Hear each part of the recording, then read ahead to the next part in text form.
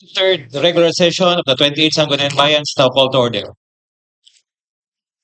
For the opening prayer, may we request the Honorable Councilor Jopel C. Ilagan to be followed by the national anthem, Marcha ng Oriental Mindoro, with ng Naujan, and also Council's Creed to be led by Honorable Councilor Jopel C. Ilagan.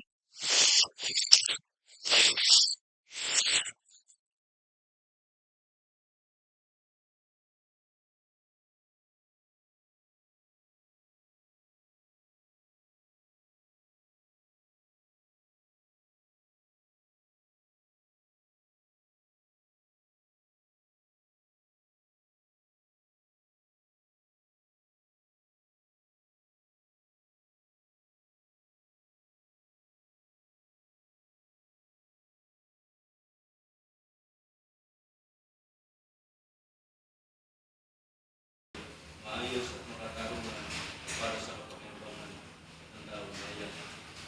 Tuloy mo po kami ng pagkakaisa upang ang aming pagdesisyon ay maging para sa bayan. Ito po ay namin sa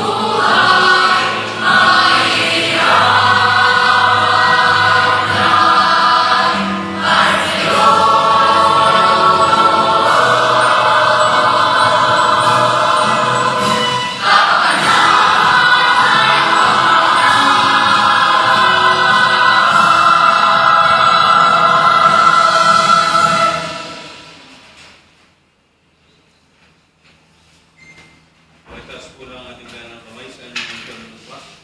Councilor Street, I am a PNP Councilor, Matibay Coelho, and I am to the government to the general welfare of my constituents, in their pursuit of happiness, decent prosperity, and making public service of themselves, as a guiding principle of my official acts, and as I tread the pathways of local legislation, may the Almighty guide my mind and heart, that I shall be true to my constituents and the Filipino people.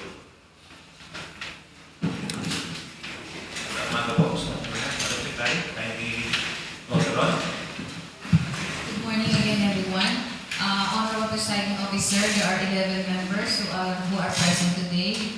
The Honorable Councilor Marie Francis Marcos is on official business.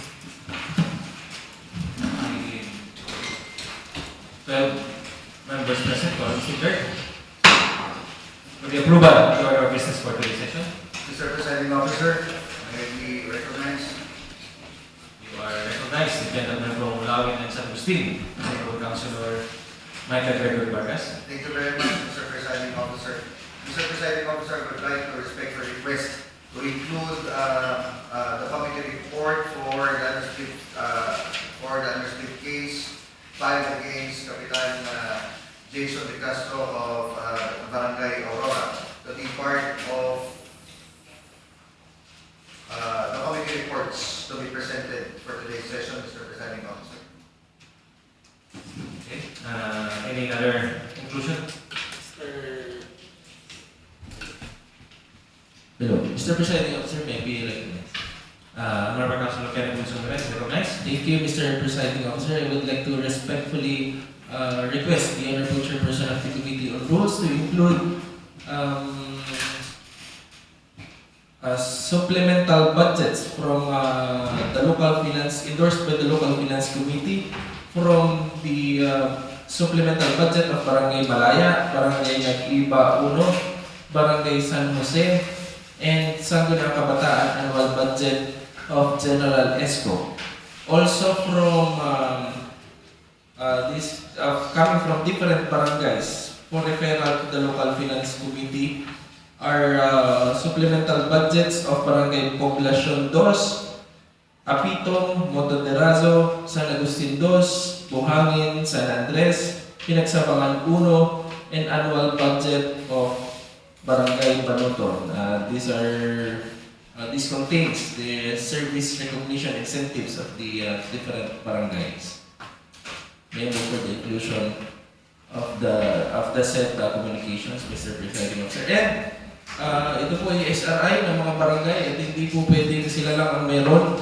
May I move for the inclusion of supplemental budget number 4 from the Honorable Mayor Henry Joel C. Perez. 1,840 containing the SRI or Service Recognition Incentives and CNA of the municipal government of Naujan. Mr. Presiding Officer, I would like to respectfully move that the supplemental budgets submitted by the barangays mentioned by Councilor Will Viray, together with the supplemental budget number 4 of the submitted by the municipal mayor, be included in today's order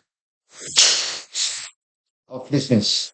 And may I respectfully request if any member of the plenary should want to other matters in today's order of business. Hearing none, Mr. Presiding Officer, I respectfully move for the approval of today's order of business together with the inclusions as mentioned, Mr. Presiding Officer. Let's just wait. Alam ko may isa pang pending dun eh. Yung request for special session.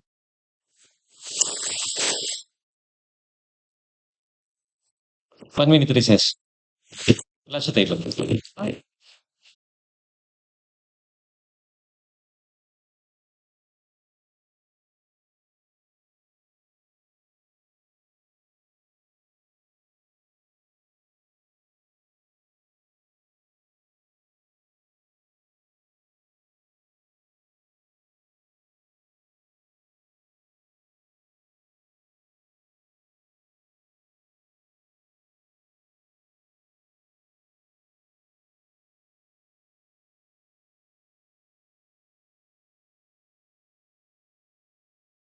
Mr. Presiding Officer, I would like also to I would like to withdraw the initial motion and would like to request for the inclusion of a letter coming from the Municipal Mayor Henry Joel Teves to request for a special session tomorrow, Friday, December 19, 2025, regarding the grant of collective negotiation agreement incentive and gratuity pay to our contract of service employees and officials together with JO, Mr. Presiding Officer. Any objection? Seeing none? I respectfully move again for the approval of today's order of session. The order of business for today's session with the inclusions is hereby approved. Mr. Presiding Officer, given the fact that each and every member ng plenaryong ito po ay nabigyan na ng kopya ng journal ng ating regular na sesyon noong November 20, 2025, aking po hinihiling na ipagpaliban na po ang pagbabasa, titik at talata ng journal na ito. Meron po bang pagtutol? Kung wala, the reading is hereby dispensed. Ginoong Tagapangulo, dahil po dito, ayos ko pong tinungin ng aking mga kasama sa pulwagang ito kung meron po kayong pagtatama sa journal o katitikan ng ating regular session noong Nobyembre 20, 2025. Dahil kung wala po, aking minumungkahi, Ginoong Tagapangulo, na ang ating katitikan ng regular na sesyon noong Nobyembre 20, 2025 ay ma-approve. Meron po bang mga pagkatama sa nasabing journal of the regular session held on November 20, 2025? Hearing none. The journal of the regular session held on November 20 to 2025 is hereby adopted. Salamat po sa pagtanggap, Ginoong Tagapangulo. For the referral of measures, Madam Secretary, kindly. For the referral of measures, for item 12.01, letter of the Municipal Mayor Henry Joel C. Teves to the honorable members of the Sangguniang Bayan through Vice Mayor Candido J. Melgar Jr. dated November 24, 2025, received on December 3, 2025. The subject is request for authority to enter into a memorandum of agreement with the Pitong National High School represented by Mr. Ramir D. Romasanta, school head, for the implementation of DepEd's work immersion program for their 12 senior high school students for school year 2025-2026 in the municipal government of Naujan Oriental Mindoro on February 2 to 13, 2026. Report to the Committee on Laws together with Committee on Education. Noted, Mr. Presiding Officer. 12.02 is first endorsement of the Local Finance Committee to the Office of the Sangguniang Bayan through Honorable Vice Mayor Candido J. Melgar Jr. dated December 5, 2025, received on December 11, 2025. The subjects, first is the annual budget for fiscal year 2025 of Barangay San Nicolas in the amount of 3,608,176 pesos. Number 2, the SK annual budget for fiscal year 2025 of Barangay Narawan amounting to 447,983 pesos. Item number 2 is report to the Committee on Finance together with Committee on Barangay Affairs, while item number 2, the Committee on Finance together with Committee on Youth. Noted, Mr. President. Noted. Item 12.03 is letter of Honorable Rogelio L. Pagkaliwagan, Punong Barangay Pinagsabangan 2, dated December 10, 2025, received on the same date, submitting the annual budget for fiscal year 2025 of Barangay Pinagsabangan 2 amounting to 5,721,540 pesos. Report to the Committee on Finance together with Committee on Barangay Affairs. That is wrong. 12.04 letter of Honorable Jerry C. Baculo Jr., Punong Barangay o Barangay Herrera, dated December 15, 2025, received on the same date. The subject is supplemental budget for fiscal year 2025 Barangay Herrera amounting to 30,740 pesos. Report to the Committee on Finance together with Committee on Barangay Affairs. 12.05 is letter of Honorable Juna P. Lecciones Jr. Jr. of Barangay Malinaw, dated December 15, 2025, received on the same date. The supplemental budget for fiscal year 2025 Barangay Malinaw amounting to 311,578 pesos. The Committee on Finance together with the Committee on Barangay Affairs. 12.06 is letter of Honorable Privada B. Labagis. Sorry po, lahat po sila junior. Joke lang. Punong Barangay of Santiago. Dated December 12, 2025. Received on December 15, 2025. The subject is supplemental budget of Barangay Santiago amounting to 300,352 pesos. The Committee on Finance together with Committee on Barangay Affairs. Noted po. 12.07 is letter of Honorable Eric C. Alsate.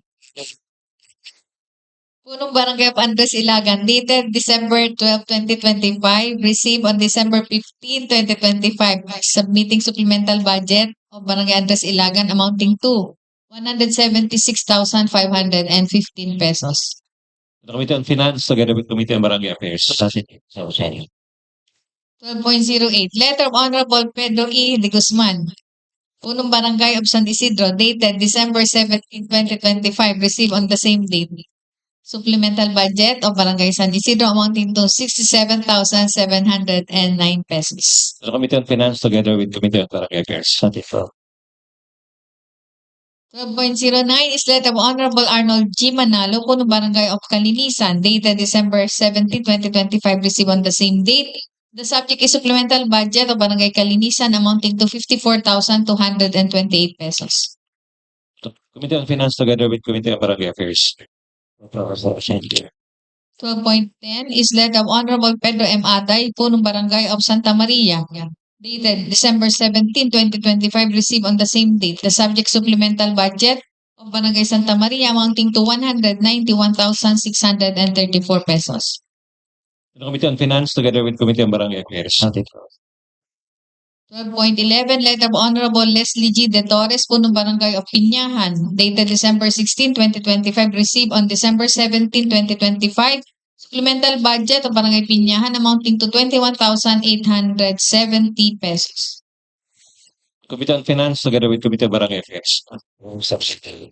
12.12 letter of Honorable Stanley M. Oliveria, Punong Barangay of Estrella, dated December 17, 2025, received on the same date. Subject supplemental budget of Barangay Estrella amounting to 47,724 pesos.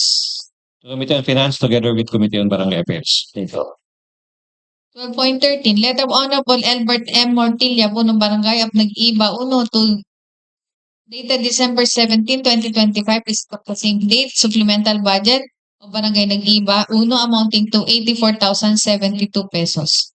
Committee on Finance together with Committee on Barangay Affairs. 12.14 letter of Honorable Jorge G. Abante, Punong Barangay of Santa Isabel, dated December 17, 2025, received on the same date. Supplemental budget Barangay Santa Isabel amounting to 53,280 pesos.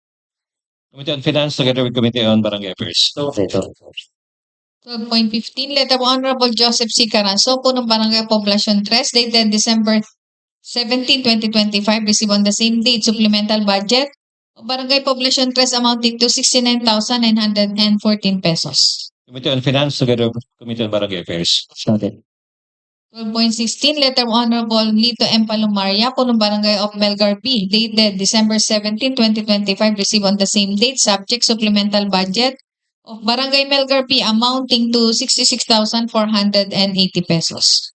The Committee on Finance together with Committee on Barangay Affairs. Noted, Mr. Presiding, and I move that we authorize the Secretary to endorse subject matter items 12.03 to 12.16 to the local finance committee.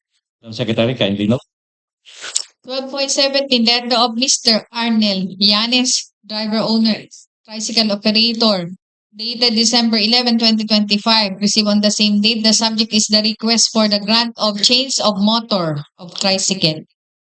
Committee on Transportation through its Vice Chair.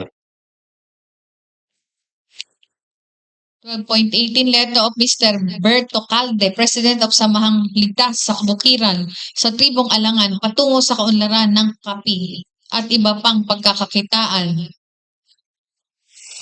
Dated October 2, 2025, received on December 11, 2025. The subject is request for accreditation of Samahang Ligtas sa Kabukiran sa Tribong Alangan patungo sa kaunlaran ng kape at iba pang pagkakakitaan.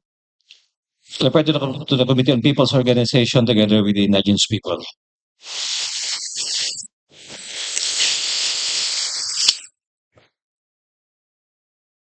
For the additional items,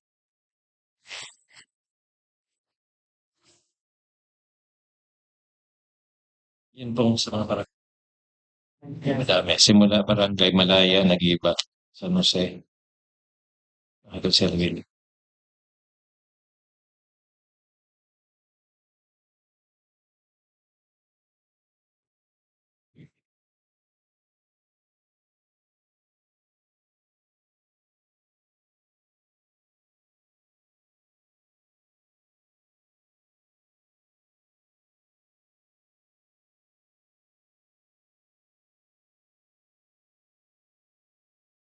additional items, supplemental budget o Barangay Poblacion 2.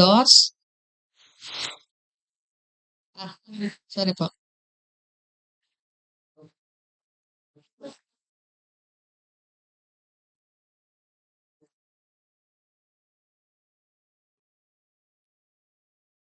Okay. First endorsement of the Local Finance Committee for the Sangguniang Kabataan Annual Budget of General ESCO, Supplemental Budget of Barangay Malaya, Supplemental Budget of Barangay Nag-iba 1, Supplemental Budget of Barangay San Jose.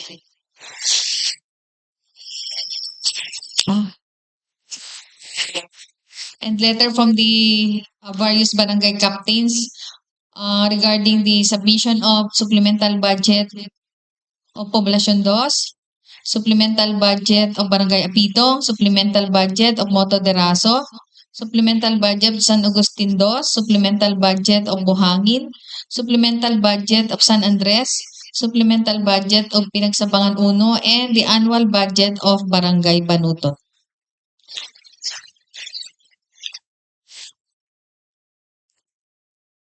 Refer to the Committee on Finance together with Committee on Barangay Affairs for barangay budget, and for the SK budget, refer to the Committee on Finance together with Committee on Youth. Noted, Mr. Presiding Officer, and I move the authorize the Secretary to endorse items from the supplemental budget of Barangay Poblacion 2 to the annual budget of Barangay Banuton to the local finance. It's not the Secretary. Additional communication from the Honorable Municipal Mayor addressed to the Honorable Members of the Sangguniang Bayan. Dear colleagues, this is to respectfully submit the proposed supplemental budget number 4 for fiscal year 2025 of our municipality in the total amount of 20,029,840 pesos. I need the support of the honorable body for the immediate enactment of the supplemental budget. Please consider this matter urgent. So, signed by the municipal mayor. Considering that the said subject was certified urgent by the local chief executive, under our internal rules, we can proceed that measure for second reading. Any objection? Hearing that, the said subject matter is scheduled for second reading in the calendar business for today's session. Under 14.03.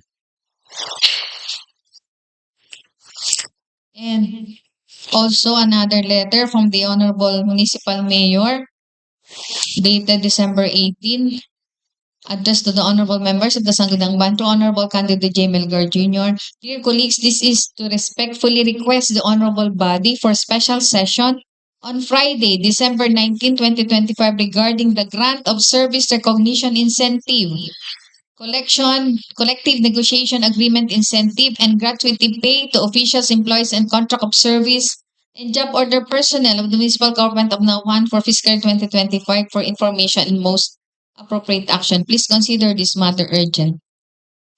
Let's decide later na lang kung kailan ito during the deliberation kung kailan ang ating session. That's all po. Thank you, Madam Secretary. For the committee report, Item number 1, Committee on Public Works, dialogue with the affected barangays. Typhoon Verbena.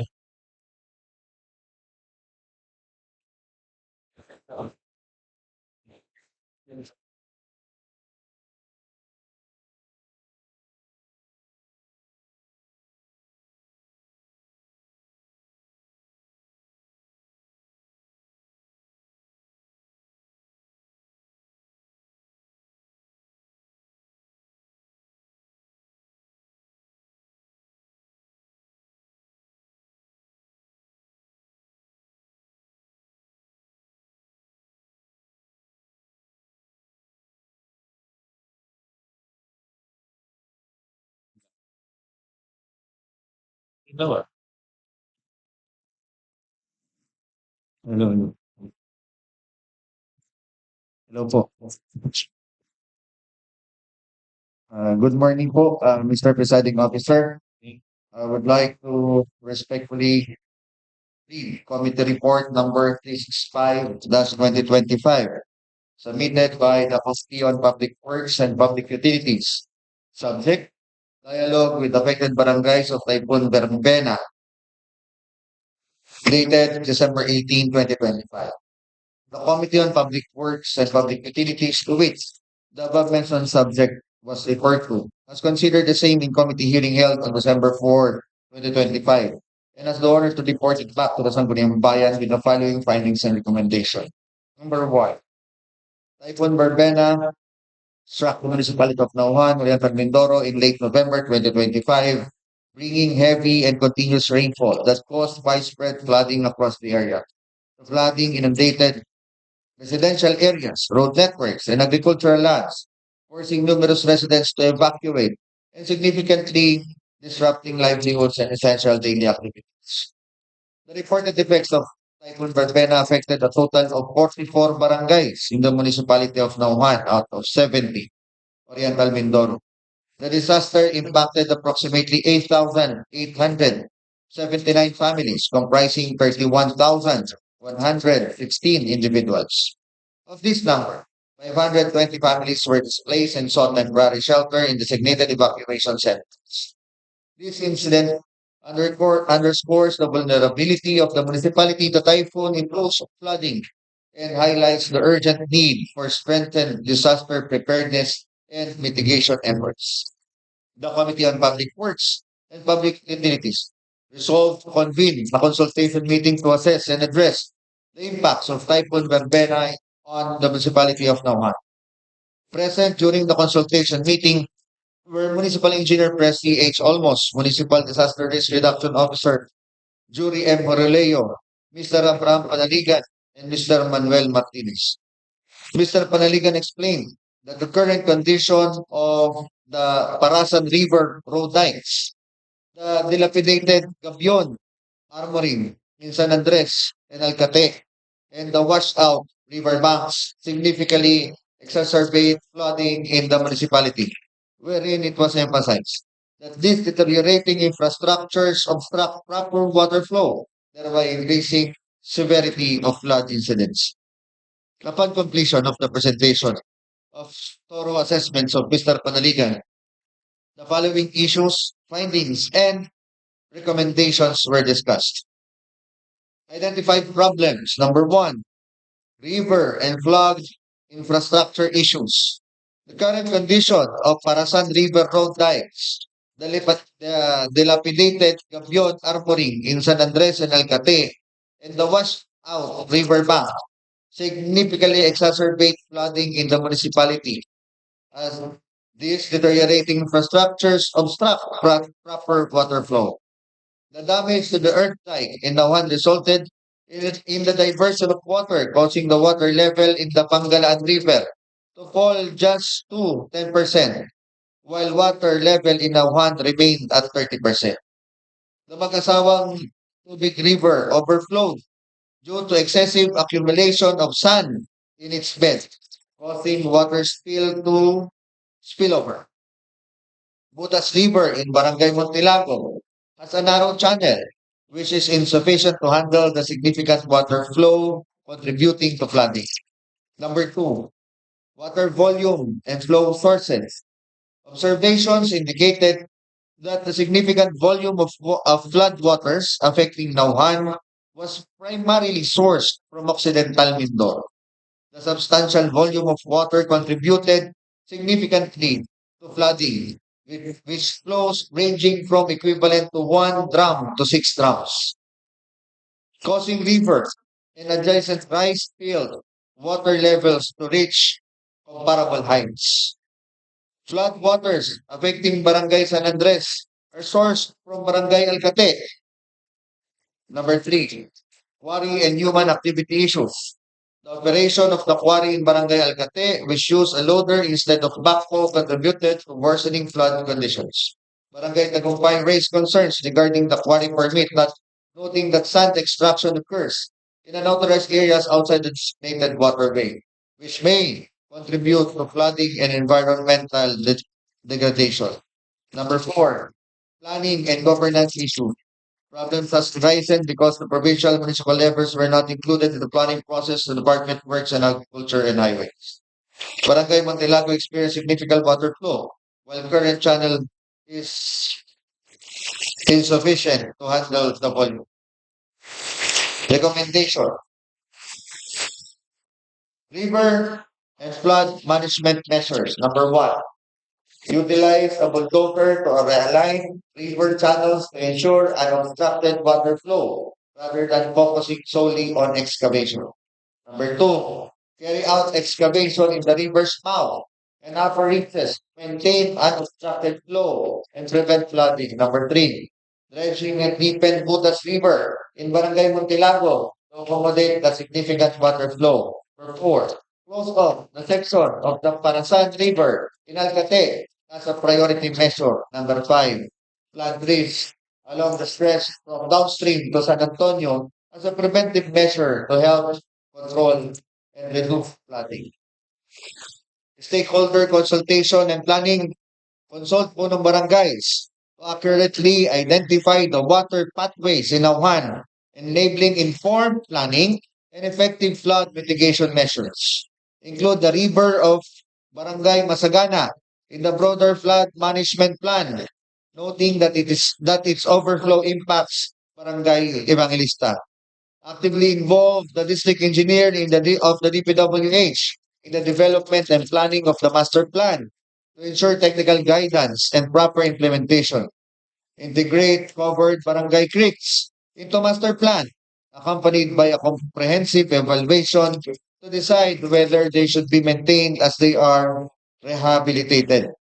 Create a council as an integral component of the master plan to ensure proper oversight and coordination. An update to the comprehensive master plan should be required every 3 years to ensure availability of funds and efficiently and effectively allocation of such. A short-term solution. Borrow backhoe from the provincial government while the municipality provides fuel and operating costs. In view of the foregoing, the identified problems and proposed recommendations clearly states that a coordinated approach is essential to address the flooding challenges in the municipality. Therefore, the committee believes that it is deemed necessary to conduct an additional committee hearings regarding the subject matter. Recommendation to have an additional committee hearing to review the technical recommendations and strategies and to engage in a dialogue with other concerned national and local agencies in coordination with our Congressman of the First District, Congressman Arnan C. Panaligan, and our Governor Yumerlito A. Dolor to secure funding for long-term flood mitigation solutions. Mr. Presiding Officer, I respectfully request for the adoption of this committee report and additional meetings will be scheduled together with the engineering office for us to be able to have a final and concrete technical proposals which will be coordinated and submitted to the DPWH to our honorable congressman and our beloved governor, Mr. Presiding Officer. Any questions or clarification on the said committee report? The gentleman from Laguna, Santiago is recognized. Councilor Elmer de Villa.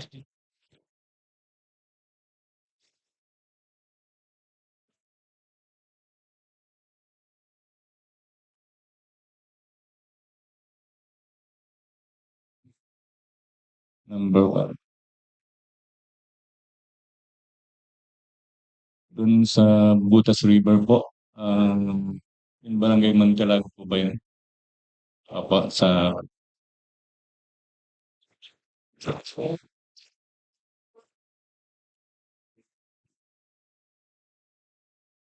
hindi po yan, yung sa sunod pa po yan, yung may number one na sa recommendations po yata yan.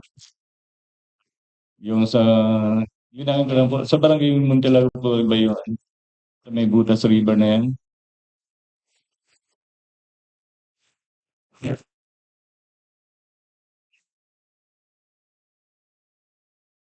Yung barangay Montilago o sa Bayani. Bayani. Bayani. Ethics Bayani.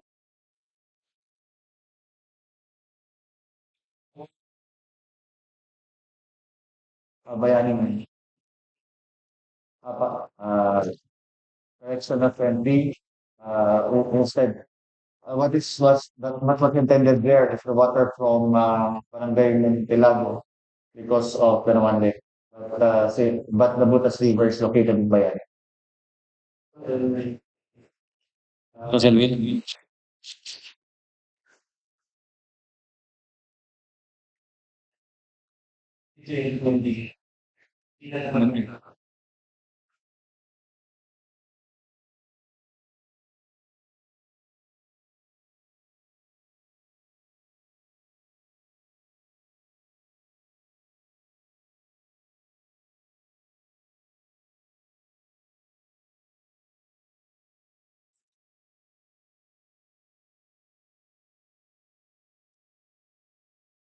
Yes, I agree. The intention of that sentence is, if you will read, dredge and deepen Butas River in Barangay Bayani. So it means it covers the stretch of the Butas River in to accommodate significant water flow.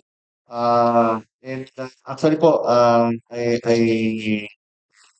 appreciate the comments because it was indeed what was intended by Capitan Lani P. Garcia when he raised that suggestion. And for clarification, Councilor Will Biray po is correct in his manifestation. So, ilan nag-iba pa natin? Yung barangays from Bayani to Melgar. Kasi yan ang stretch po yun eh. Yes po, that was the recommendation naman po. But again, I would like to reiterate, Mr. Presiding Officer, that part of the recommendation is a final technical report which will be submitted by our engineering office. So meaning, Mr. Presiding Officer, all the recommendations will be considered. However, the content of the final technical report will only focus on those which are applicable, urgent, and highly technical to be addressed immediately by national government, those which may be addressed by the funding of Congressman Arnan and our governor Consular. So, ano na final natin doon? Butas River, nasa Naroy na lang. Or, wala ng barangay para it covers all the barangays. Super. Patanggal na lang po ng barangay Bayan.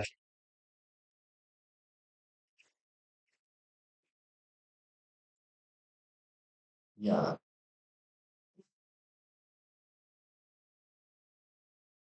Okay. Thank you po. Any other comments? Seeing none? I would like to respectfully move, Mr. Presiding Officer, that this committee report be adopted. The motion of Honorable Councilor Michael Gregory Vargas. Seconded by Councilor Piray, Ugarin, De Villa, and Balbacal. The said committee report is hereby adopted.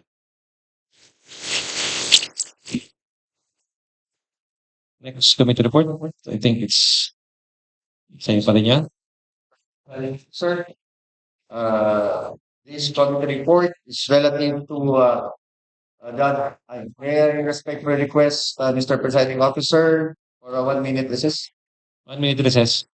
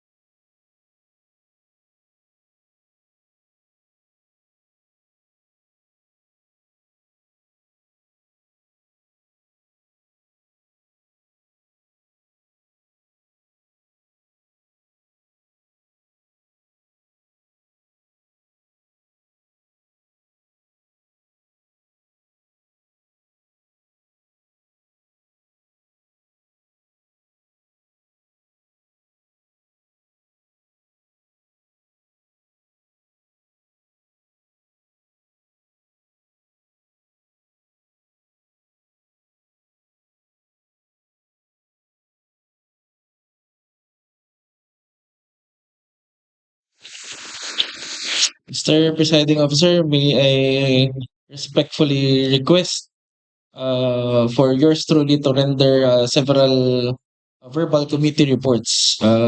First is regarding the MUCO FACO MOA with the Department of Agriculture, and another MOA for the CLUP and other barangay budgets. So, Mr. President, may I proceed? Thank you, Mr. Presiding Officer. First, again, is from the letter from the Office of the Municipal Mayor, or from the Municipal Mayor himself, the Honorable Mayor Joel C. Teves, regarding the authority, for a request for an authority to enter into memorandum of agreement with the Department of Agriculture Regional Field Office Mimaropa and Mulawin Coconut Farmers Agriculture Cooperative, or the MUCO FACO, regarding the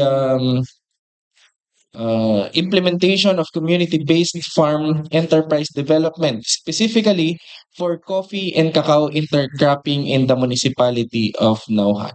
Ito po, Ginoong Tagapangulo, ay ayon po sa Mukofaco, ay kailangan lamang daw pong ihabol ngayong taon yung pondo, sapagkat kung hindi po may implement ito ay masayang naman po yung pondo.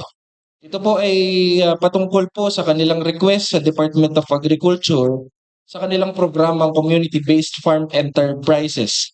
Particular po sa coffee and cacao intercropping under Coconut Farmers and Industry Development Plan.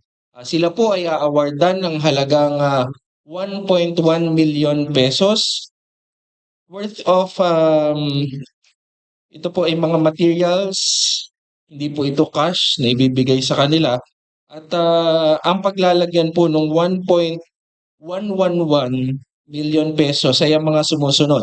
Para po sa nursery establishment, particular po sa pagbili ng net screen para sa kanilang paggawa ng greenhouse. Pangalawa po ay para sa potting shed. Pangatlo ay para sa potting area. Pang-apat ay para naman po sa pagbili ng coffee and cacao seeds. Sunod po ay para po sa kanilang potting media, or yung tinatawag po nating lupa, yung garden soil na kanilang bibilhin. Para din po ito sa polyethylene bags, or ito po yung mga itim na bags na pinaglalagyan ng mga binhi. Para din po ito sa HDPE hose. Sa madaling salita, ito yung garden hose na kinakailangan nila sa pagdidilig. Para din po sa water pump. At para naman po sa pagbili ng fertilizer, nararapat pong ito'y kailangang organic fertilizer ang bibilhin according po sa MOA. Sunod po ay kailangan din po nila bumili ng water plastic drum na may 4,000 cubic ang capacity with pipes and hose. Ang sunod po ay 1 unit soil auger and 1 unit po na grass cutter. Kabilang po ang pamahalaang bayan sa MOA ito. Ito po ay tripartite agreement, sapagkat meron pong mga duties and responsibilities ang pamahalaang bayan, katulad ng pag-monitor at pag-assist doon po sa ating beneficiary na MUCO FACO na ma-implement po itong kanilang project mula po sa DA RFO Mimaropa. At ang responsibility naman po ng MUCO FACO ay siyempre po ma-implement ng maayos ang nasabing program. Kapag po ito hindi na-implement, ay magiging subject to the termination of the memorandum of agreement. At nakalagay din po sa MOA na ito po ay sustainable project for 30 years. So kapag sinabi naman natin po kasing cacao and coconut ay matagal pong mapapakinabangan yan. Kaya po matagal din po ang effect ng MOA ito. Wala pong nilagay kung hanggang ilang taon yung effect ng MOA. Basta during the duration of the project ay ito po ay in effect ang MOA po ito. So, Ginoong Tagapangulo, ang recommendation po ng Committee ng Agrikultura together with the Committee on Laws ay magpasa ng isang to pass a resolution authorizing the Municipal Mayor Henry Joel C. Teves to enter into a memorandum of agreement with the Department of Agriculture Regional Field Office Mimaropa and Mulawin Coconut Farmers Agriculture Cooperative, or MUCO FACO, regarding the implementation of community-based farm enterprise development for coffee and cacao intercropping in the municipality of Naujan. Mr. Presiding Officer, I move for the adoption of this verbal committee report. Before the adoption, any question or clarification? Seeing none, the said committee report is hereby adopted. Thank you, Mr. Presiding Officer. May I respectfully request the Honorable Chairperson of the Committee on Rules to include the subject matter for today's calendar of business. Mr. Presiding Officer, upon the request of Honorable Kenneth Wilson Beray, I respectfully request for this item to be included in today's calendar of business. The said subject matter is included in the calendar of business for today's session. Salamat po, Mr. Presiding Officer. Ang sunod po ay ang amendment of the CLUP MOA with the UPLP. Ito po ay naipasa na po, for the record lang po, ito po ay naipasa na ng 27 Sangguniang noon pong first quarter. Meron pong request ang CLUP before ang planning para sa implementation po ng CLUP. Kaya nga lang po, ang nakalagay po kasi sa MOA noon ay from this year, for this year until 2025 ay sa kadahilanan po na marami pong delays na nangyari, kailangan po nilang mag-amend ng MOA at kailangan pong ng additional para naman po dun sa compensation ng mga technical persons po dito. So ito po ay for the extension of their technical assistance for another 6 months up to maximum of 1 year from January 1 to December 31, 2026. Ito po yung mga obligations and responsibilities of the parties. Compensate the services of 3 planning assistant mentees from January 1, 2026 to December 31, 2026. Ang amount po na ibabayad for those technical persons po ay 38,000 per month. All in na po ito, inclusive nung mga taxes, nung round trip transportation, yung residence sa municipality, at saka po yung mga pagkain. At isa pa po sa mga responsibilities ay provide a token honorarium of 8,000 per month. Inclusive na din po ng taxes, transportation, and residence para naman po sa mga sumusunod, para sa one team leader or specialist or mentor, para din po sa 3 planning specialist at mentor. Yun po ang nilalaman ng MOA. Ito po yung sabi ko nga po, amendment lamang po or addendum dun sa nauna pong MOA. Kaya po ang rekomendasyon po ginong tagapangulo ng Komitiba ng Pananalapi kasama po ng Komitiba ng Batas ay magpasa ng isang to pass a resolution granting authority to the Municipal Mayor Henry Joel C. Teves to enter in the Memorandum of Agreement with the UP University of the Philippines Los Baños regarding the extension of their technical assistance for another 6 months up to a maximum of 1 year from January 1, 2026 to December 31, 2026. Mr. Presiding Officer, I move for the adoption of this verbal committee report. Before the adoption, any comment? Ako, palagyan na lang natin ng dahil yan ay for next year pa yan eh. Opo. Subject to availability of funds and applicable provisions in the approved Municipal General Appropriation Ordinance for 2026. Apo. The said verbal committee report is hereby adopted.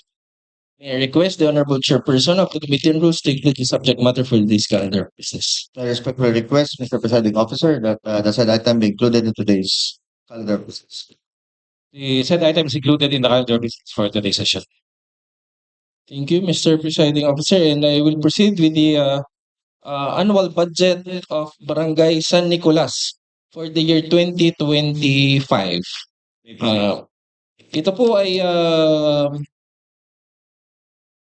Ito po ay dumaan sa lokal na lupon ng pananalapi at kanila po ang narekomenda ang pagpapatupad nito. Ang halaga po ng nasabing taon ng budget ay 3,608,176 na piso. Ang mga paglalaanan po ng pondo ay ang mga sumusunod. Ang kanilang 20% development fund ay nagkakahalaga po ng 652,436 pesos para sa mga development projects ng barangay. At ito po ay ang mga sumusunod. Para sa kanilang road development program, particular sa concreting of road ng Sitio Kagandahan, ito po ay nagkakahalaga ng 300,000 piso. Para naman po sa installation of CCTV para sa Sitio Sentro, ito po ay nagkakahalaga ng 100,000 piso. Para naman po sa other structure or rehabilitation of multipurpose hall, ito po ay nagkakahalaga ng 252,436 pesos. Yan po ang kabuuan ng 20% development fund. Para naman po sa kanilang personal services, ito po ay nagkakahalaga ng 1,493,752 pesos. Para sa Youth Development Fund, ito po ay nagkakahalaga ng 360,818 pesos. Para naman po sa 5% LDRRMF, 180,409 pesos. At para sa kanilang MOE, ito po ay nagkakahalaga ng 920,761 pesos. At ang kabuuan po nito ay 3,608,176 pesos. Sunod po ay ang Sangguniang Kabataan Taunang Budget.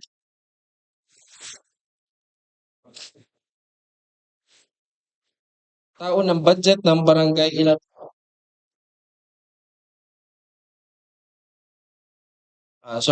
General Esco muna po.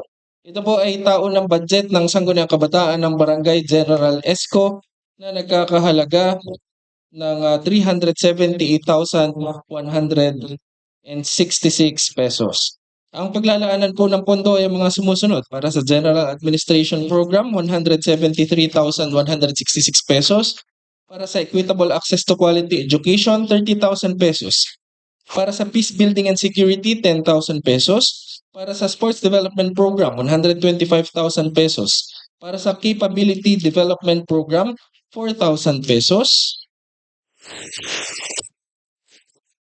At ang kabuuan po nito ay 378,166 pesos. Para naman po sa taunang budget ng Sangguniang Kabataan ng Barangay Inarawan. Ito po ay nagkakahalaga ng 447,983 pesos. Ang paglalaanan po ng pondo ay ang mga sumusunod. Para sa honoraria ng SK officials, may pondong 111,888 pesos. Para sa TEV, may pondong 40,000 pesos. At para po sa training, may 30,000 pesos. Office supplies na 20,295 pesos. At other supplies and material expenses na nakakahalaga ng 28,000 pesos. Fidelity bond na may 2,800 pesos. Membership dues na nalagyan ng pondong 5,000 piso.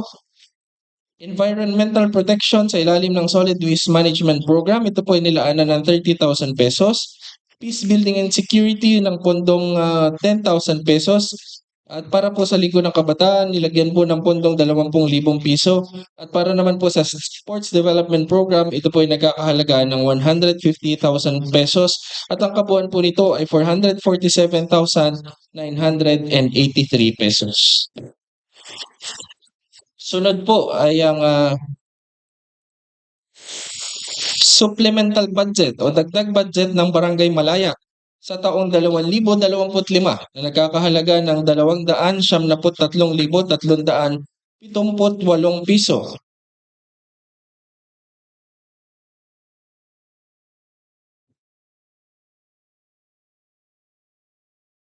Ang pagmumulan po ng pondo ay mula sa kanilang unappropriated surplus na 16,575 pesos at mula naman po sa kanilang savings from cash balance ay 100,000 pesos.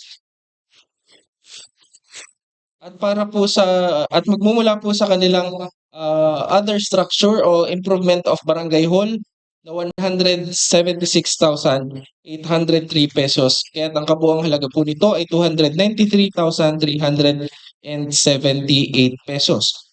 At ang paggagamitan naman po ng pondo ay mga sumusunod. Para po sa kanilang survey expenses na 106,575 pesos. para sa repair and maintenance or electrification electrification power and energy structure na 10,000 pesos na nagkakahalaga ng 116,000 pesos at para naman po sa kanilang capital outlay para sa installation of solar street lights na 176,803 pesos. At ang kabuuan po nito ay 293,378 pesos. Sunod po ay ang dagdag budget ng Barangay Nag-Iba 1 para sa taong 2025 na nagkakahalaga ng 278,000 piso. Ang pagmumulan po ng pondo ay mula sa kanilang unappropriated surplus na 28,000 piso at mula naman po sa kanilang CONLA sa noong 2024 na nagmula sa Construction of God and Bausi Office na 250,000 pesos at ang kabuuan po nito ay 278,000 pesos. At ito po ay dadalhin po sa other supplies and materials expenses na nagkakahalaga ng 28,000 pesos. At dadalhin po din ito sa 20% development fund, particular po sa flood control. Pero hindi po ito yung flood control na iniisip natin. Ito po ay para sa construction of box culvert sa Sitio Ibaba 1 na nagkakahalaga ng 250,000 pesos. At ang kabuuan po nito ay 278,000 pesos para sa Barangay Nag-Iba 1. Ang sunod po ay ang dagdag budget ng Barangay San Jose na nagkakahalaga ng 579,741 pesos. Ang pagmumulan po ng pondo ay nagmula po sa 20% development fund ngayong 2025 para po sa instalasyon ng solar panel na nagkakahalaga ng 350,000 pesos, purchase of lot na 170,000 pesos, at kanilang construction of multipurpose building para sa labor counterpart na nagkakahalaga ng 59,741 pesos kung kaya't ang kabuuan po na pagmumulang pondo ay 579,741 pesos na ilalaan naman po para sa kanila ding solar 20% development fund para sa instalasyon ng solar street lights na 350,000 pesos at kanilang rehabilitation of multi-purpose hall na nagkakahalaga ng 229,741 pesos. At ang kabuuan po nito ay 579,741 pesos para po sa dagdag budget ng Barangay San Jose para sa taong 2025.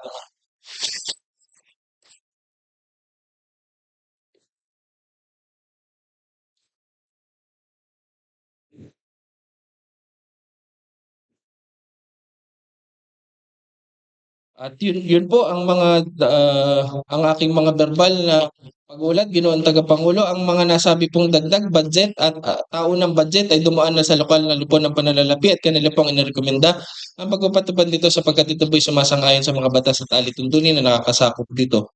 Kaya naman ang rekomendasyon po ng komite ay magpasa ng magkakahiwalay na resolusyon sa pamamagitan ng pagrepaso na maaari nang ipatupad ang dagdag budget at tao ng budget ng mga nasabing barangay. Ginoong Tagapangulo, iminamungkahi ko po na tanggapin ang pag-uulat na ito. May mga katanungan po ba para sa nasabing mga ulat? Kung wala, tinatanggap na natin ang nasabing mga ulat para sa annual budget and supplemental budget ng SK at Barangay. At pinakikiusapan po ang tagapangulo ng Komitiba ng Batas na mapasama ang mga paksang ito sa pagtatalakayan para ngayong araw. Sa kahilingan po, nakagalang Kenneth Wilson Bilay, hinihiling ko po na matasama ang mga paksang nasabi sa paksang pagtatalakayan sa araw na ito. Maraming salamat. Ang nasabing mga paksa ay sinasama natin sa mga tatalakay sa araw na ito. Any verbal? Meron pa pong verbal?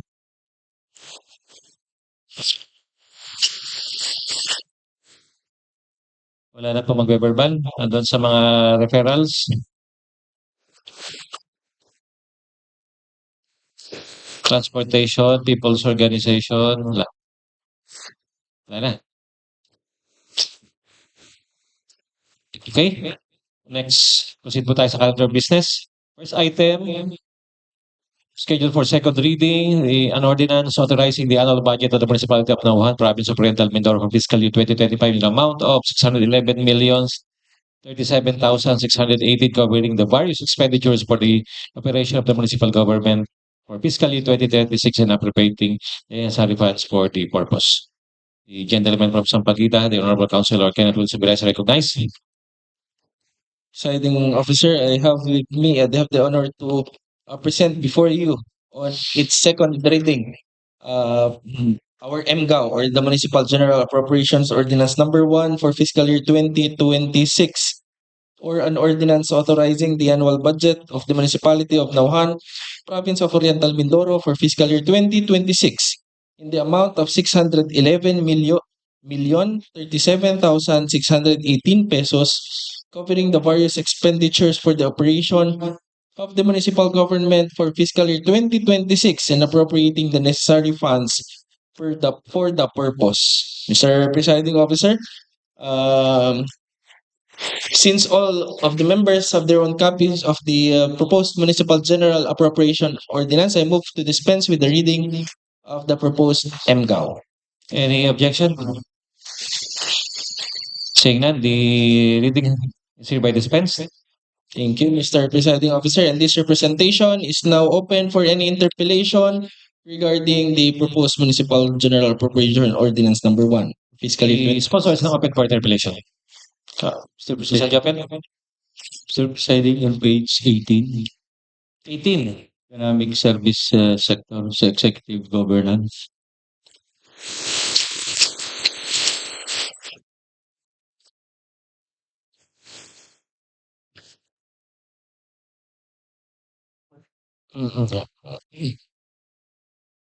Okay.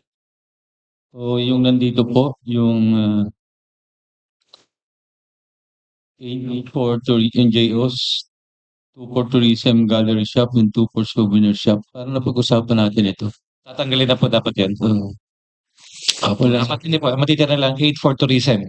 It for tourism. Opo. Salamat dito sa kagalang-galang Joffel si Ilagan sa kanyang malinaw na mata at atin pong i-correct ang page 18 ng atin pong MCAO.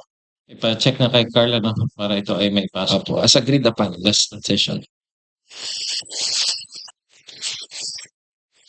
Any interpellation?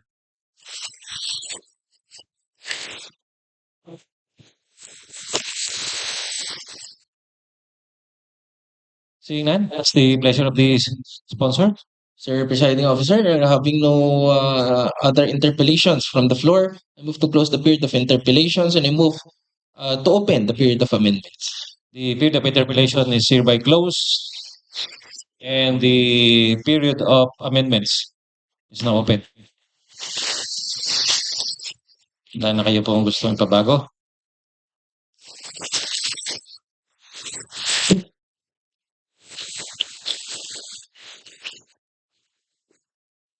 Doon lang po sa ano, sa hindi pa rin naka-reflect dito sa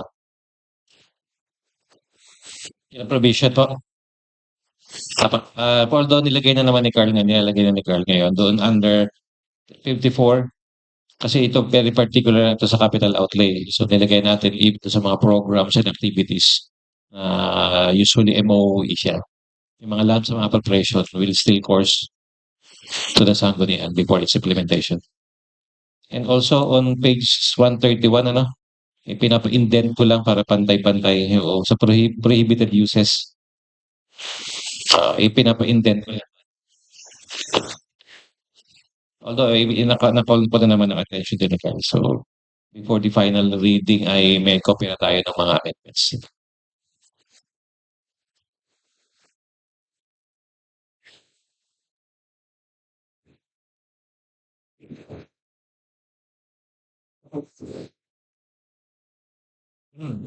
Okay. Kung wala na pong mga amendments, Mr. Presiding Officer, I move to close the period of amendments. the period of amendments is hereby closed. And I have the honor to move for the approval of Municipal General Appropriation Ordinance Number 1 for fiscal year 2026 on its second reading. I so move, Mr. Presiding Officer, for the approval. There's a motion for the approval of an ordinance authorizing the annual budget of the municipality of Naujan, province of Oriental Mindoro for fiscal year 2026 in the amount of 611,037,618, covering the various expenditure for the operation of the municipal government for fiscal year 2026 and appropriating the necessary funds for the purpose. Let's put that into voting. Those who are in favor, kindly raise your hand. Since all members signify their support to the said ordinance, the Municipal General Appropriation Ordinance Number 1 for fiscal year 2026, entitled an ordinance authorizing the annual budget of the municipality of Nawan, province of Oriental Mindoro for fiscal year 2026 in an amount of 611,037,618, covering the various expenditures for the operation of the municipal government for fiscal year 2026 and appropriating the necessary funds for the purpose is hereby approved on second reading. Thank you. Thank you, Mr. Presiding Officer. Ito kasi ginugulo ako eh. Thank you po, Mr. Presiding Officer. And I would like to respectfully move that the Municipal General Appropriation Ordinance Number 1 for fiscal year 2026 be included for today's calendar of business for its third and final reading. It is my honor to respectfully request that the appropriation ordinance number 1 be included in today's calendar of business. The Municipal General Appropriation Ordinance Number 1 for fiscal year 2026 is included in the calendar of business for its final reading, third and final reading on today's session. Thank you. Next for third and final reading, an ordinance institutionalizing the mental health care program of the municipality of Nawan, establishing mechanism and guidelines for its implementation, adopting certain provision of RA 1103, appropriating funds thereof and for other purposes. The Honorable Councilor Patricia Maydolor is recognized. Thank you, Mr. Presiding Officer. Allow me to read the content of an ordinance institutionalizing the mental health care program in the municipality of Naujan, establishing mechanisms and guidelines for its implementation, adopting certain provisions of RA 11036, appropriating funds thereof and for other purposes. You may proceed. Whereas mental health, as defined by WHO, is a state of well-being in which the individual realizes his or her own abilities, can cope with the normal stresses of life, can work productively and fruitfully, and is able to make a contribution to his or her community. Whereas mental health is a vital part of a person's total health, and that the problems on mental health contain not just the traditional mental disorders, but the issues of population who are susceptible to psychosocial risk caused by extreme life experiences such as traumatic incidents or events, disasters, near-death experiences, heinous and violent crimes, internal displacement brought about by religious and civil unrest, as well as the psychosocial matters of daily living, like preserving a sense of well-being in these complicated times. Whereas recently, Republic Act Number 11036, otherwise known as the Mental Health Act, mandates local government units to strengthen programs and governance to promote mental health wellness by formulating, developing, and implementing national policies, strategies, programs, and regulations relating to mental health. Whereas the local government units are required to support the mental health program by reviewing, formulating, and developing regulations and guidelines necessary to implement an effective healthcare and wellness policy within their territorial jurisdictions, including the passage of a local ordinance focusing on mental health, which are consistent with existing national policies and guidelines. Whereas there is a need to review, update, evaluate, and institutionalize the mental health program in the municipality of Naujan in order to improve and enhance its delivery and accessibility to the constituents who may need mental health care services. Section 1, title, An Ordinance Institutionalizing the Mental Healthcare Program in the municipality of Naujan, establishing mechanisms and guidelines for its implementation, adopting certain provisions of RA 11036, appropriating funds thereof and for other This ordinance shall be known as Suklusta Nauhenyo Mental Health Ordinance of the Municipality of Nauhan. Section 2 Policies. This ordinance is enacted pursuant to the provision of Section 2 of the Philippine Constitution, which states that the state affirms the basic right of all Filipinos to mental health as well as the fundamental rights of people who require mental health services. The state commits itself to promoting the well being of people by ensuring that mental health is valued, promoted, and protected, that mental health conditions are treated and prevented, timely, affordable, high quality, and culturally appropriate mental care is made available to the public.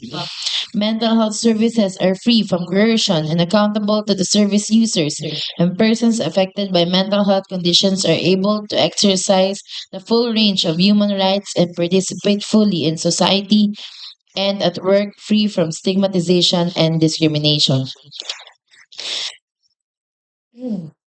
Section 3 Definition of Terms. As used in this ordinance, the following words and phrases shall have the meanings ascribed to them. A. Mental health refers to the state of well being in which the individual realizes one's own abilities and potentials, copes adequately with the normal stresses of life, displays resilience in the face of extreme life events, works productively and fruitfully, and is able to make a positive contribution to the community. B. Mental disability refers to the impairments and activity limitations in individual and participatory restrictions, denoting the negative aspects of interaction between an individual and his environment. This results from organic syndromes such as mental retardation and acquired lesions of the central nervous system, dementia, and psychotic and non psychotic disorders.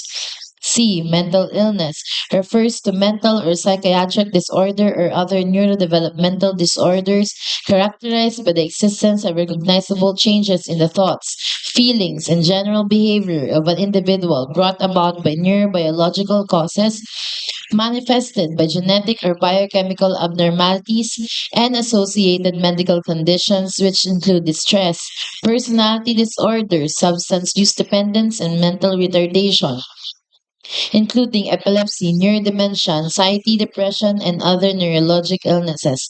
D. Mental health facility refers to any establishment or any unit of an establishment which has as its primary function the provision of mental health services. Mental health professional refers to a medical doctor, psychologist, nurse, social worker, psychometricians, or any other appropriately trained and qualified persons with specific skills relevant to the provision of health services.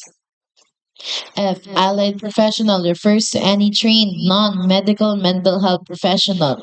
G. Mental health service provider refers to an entity or individual providing mental health services, whether public or private, including but not mental health professionals and workers, social workers and counselors, peer counselors, formal community caregivers, mental health advocates and their organizations, and persons or entities offering non-medical alternative therapies.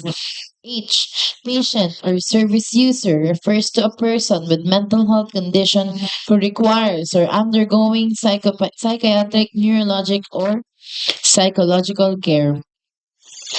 RA number 11036, or an act establishing a national mental health policy for the purpose of enhancing the delivery of integrated mental health services, promoting and protecting the rights of persons utilizing psychiatric, neurologic, and psychosocial health services, appropriating funds therefore and for other purposes, otherwise known as the Mental Health Act, approved on January 2018. J. Traumatic events refers to an incident that caused physical, emotional, spiritual, or psychological trauma or harm to an individual, including but not limited to accidents, natural disasters, attacks, sexual harassment, domestic violence, and emotional or physical abuse. K. Discrimination refers to any distinction or restriction which has the purpose or effect of nullifying the recognition, enjoyment, or exercise on an equal basis with others for all human rights and fundamental freedoms in the political, economic, social, cultural, civil, or any other field. It includes all forms of discrimination, including denial of reasonable accommodation, special measures solely to protect the right or secure the advancement of persons with decision-making impairment capacity shall not be deemed to be discriminatory. Section 4. Duties and responsibilities of the municipal government of Nauhan. Number 1, review, formulate, and develop regulations and guidelines necessary to implement an effective mental health care and wellness program and policies in municipality of Nauhan. Number 2, integrate mental health care services in the basic healthcare services and ensure that these are provided in primary healthcare facilities and hospitals.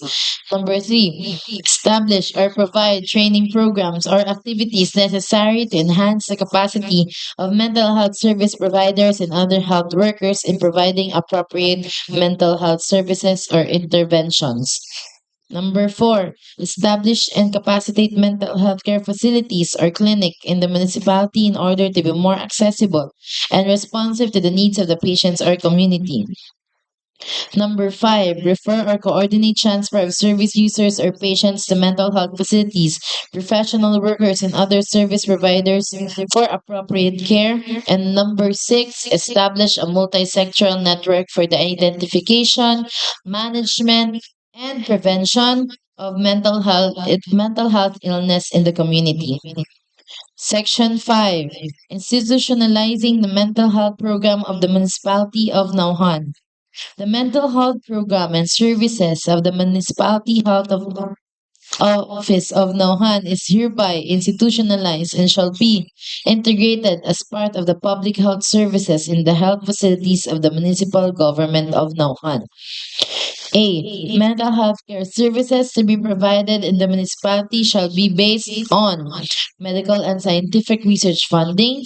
2. Responsive to the clinical, gender, cultural, and other special needs of the individuals being served. 3. Service must be provided in most appropriate and least restrictive setting. 4.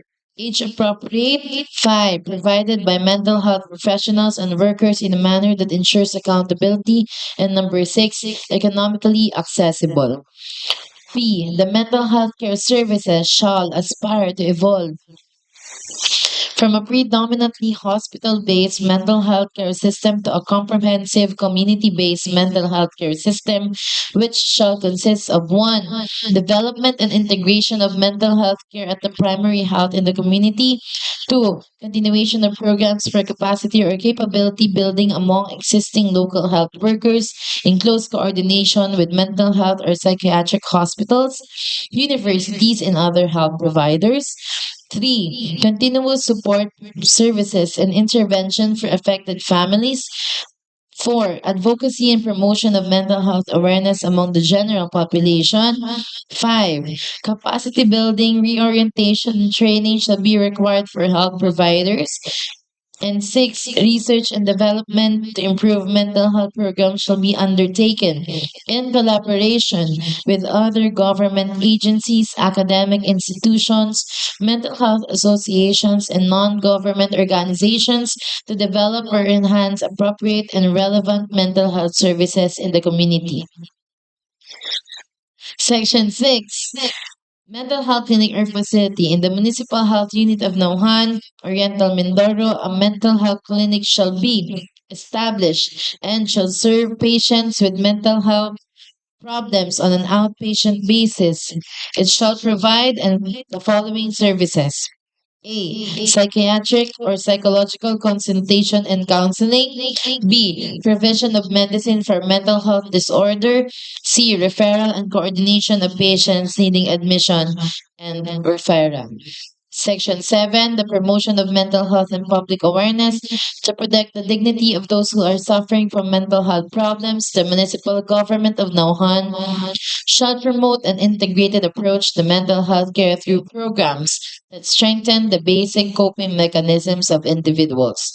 There shall be an annual celebration of mental health awareness every third week of October in line with national observance to be spearheaded by the local government. The celebration shall include but not be limited to the following: A. Mental health forums, seminars and workshops. B. Community wellness activities like stress management, mindfulness sessions, physical fitness activities. C. School-based awareness programs. D. Counseling and free mental health checkup activities in coordination with the Municipal Health Office. And E. Advocacy campaigns against stigma and discrimination related to mental illness. Section 8, intensified psychosocial activities and intervention after calamities and or disasters and other traumatic events. The municipal government of Naujan through the Naujan Municipal Health Office and Municipal Social Welfare and Development shall conduct psychosocial interventions and activities, especially in the aftermath of calamities, traumatic incidents, disasters, the COVID-19 pandemic, which needless to say have contributed too much to the state of well-being, especially of children. Section 9, sorry. Capacity building programs for barangay frontline workers. The municipal government of Naujan with technical assistance from the Department of Health shall be responsible for the training of barangay health workers, barangay health emergency response teams, and other barangay volunteers on the promotion of mental health. The municipal government of Naujan shall provide appropriate assistance, supplies, and logistics necessary to carry out their functions. Section 10, capacity building programs for other stakeholders in close coordination with mental health facilities, academic institutions, and other stakeholders. Mental health professionals, workers, and other service providers shall undergo capacity building, reorientation, and training to develop, update, enhance their ability to deliver evidence-based, gender-sensitive, culturally appropriate, and human rights-oriented mental health services with emphasis on the community and public health aspects of mental health. For this purpose, non-government organizations, people's organizations, and other entities that are helping in the promotion and advocacy for mental health awareness shall be encouraged to coordinate with the Municipal Health Office of Naujan for purposes of inclusions in the comprehensive plan to address mental health issues in the municipality. Section 11, Naujan Mental Health Advisory Council. The Naujan Mental Health Advisory Council is hereby created to serve as advisory body providing policies for consistent, rational, and unified response to mental health problems and concerns. The advisory council shall be composed of the following: local chief executive as the chairperson, the municipal health officer as the vice chairperson, the Sangguniang Bayan committee chairperson on public health, the SK Municipal Federation president, the MSWDO officer, the MPDO coordinator, the municipal budget officer, the gender and development officer, Department of Education representative, Naujan MHO mental health program coordinator, the PWD Federation head or representative, and an NGO representative. As for the duties and function of Naujan Mental Health Advisory Council, 1. Crafting of a unified Naujan Mental Health Care Program or NMHCP shall be the responsibility of the Advisory Council. 2. Review existing programs and policies for mental health care in the municipality. 3. Develop programs designed to promote and upscale the approaches for mental health awareness in the community. 4. Recommend policies and legislations that will promote and strengthen mental health programs and advocacies in the municipality of Naujan. 5. Ensure implementation of psychosocial interventions in the community, especially during or after disasters or calamities. 6. Recommend funding for capacity enhancement of NMHCP, such as but not limited to hiring of appropriate manpower or healthcare professionals, training of manpower or volunteers, and procurement of supplies and logistics, such as drugs and medicine intended for mental health illness. 7. Establish mechanisms of hotlines or online consultations managed by trained professionals to cater cases that include but not limited to anxiety, stress, suicide, or self-harm and other mental health cases that may need immediate counseling or intervention through telephone or online consultations. 8. Formulate the work and financial plan of the NMHCP and submit the plan to concerned LGU offices for incorporation the proposed annual budget. 9. The council shall also serve as advisory body to the anti-drug abuse program of the municipality. 10. Formulate policies and programs for the management of vagrant psychotics or those individuals with mental health illnesses with needing referrals for admission or for temporary shelter. 11. In coordination with the academic institution, conduct or encourage research and development programs intended to enhance the capacity and capability of the municipality to manage mental health issues in the community and ultimately to reduce the burden of the disease to the family and the community. 12. Establish a Facebook page to provide comprehensive information about the mental health services and programs offered by the municipality of Naujan, ensuring accessibility and awareness for the community. 13. Perform such other duties and functions necessary to carry out the purpose of the ordinance. B. For meetings, the NMHAC shall meet at least once every quarter or as frequently as necessary to discharge its duties and functions. It may be convened by the chairperson or upon written request of at least 3 members of the NMHAC. C. Quorum. The presence of a majority of members of the advisory shall constitute a quorum. D. Secretariat. The Naujan MHO and MSWDO shall serve as a secretariat of the council. E. Appointment of members. The municipal mayor shall appoint the members of the advisory council through an executive order within 60 days from the effectivity of this ordinance. Section 12. Access to mental health, quality mental health care. Every constituent shall have the right to equal and non-discriminatory mental health care services appropriate to his or her needs and shall be entitled to care and treatment in accordance to the same standards and accessibility as other sick individuals. Moreover, people in far-flung areas and or highly populated or depressed areas and barangays and people from vulnerable sectors such as the children in conflict with the law, people deprived of liberty, indigenous people, and women in postpartum shall have the same level of access and shall be prioritized for home or facility visits and access to mental health outreach activities. Section 13. Confidentiality. All patients with mental illnesses shall be entitled to the right to confidentiality. All information, communications, and records in whatever form or medium stored regarding the patient or service user, any aspect of the patient of any service user's mental health, or any treatment or care received by the patient or service user shall not be disclosed to third parties without the written consent of the patient and service user concerned or the patient service user legal representative except in some circumstances allowed by law. Section 14. Mental health care for drug dependents. Person who use prohibited drugs or substances referred or accessing the services of NMHCP shall be given equal and non-discriminatory services but subject to the existing policies and programs of the municipality for substance abuse clients or patients. Section 15. Reportorial requirements. The municipal government of Naujan through the MHO shall submit reports for the mental health program to authorized government agencies for the purpose of obtaining accurate reports for planning and prioritization of health programs and fundings, all health facilities and or health providers, whether public or private practitioner, are required under this ordinance to submit report on patients or clients with mental health problems seen, consulted, or managed in their respective clinics or birth facilities.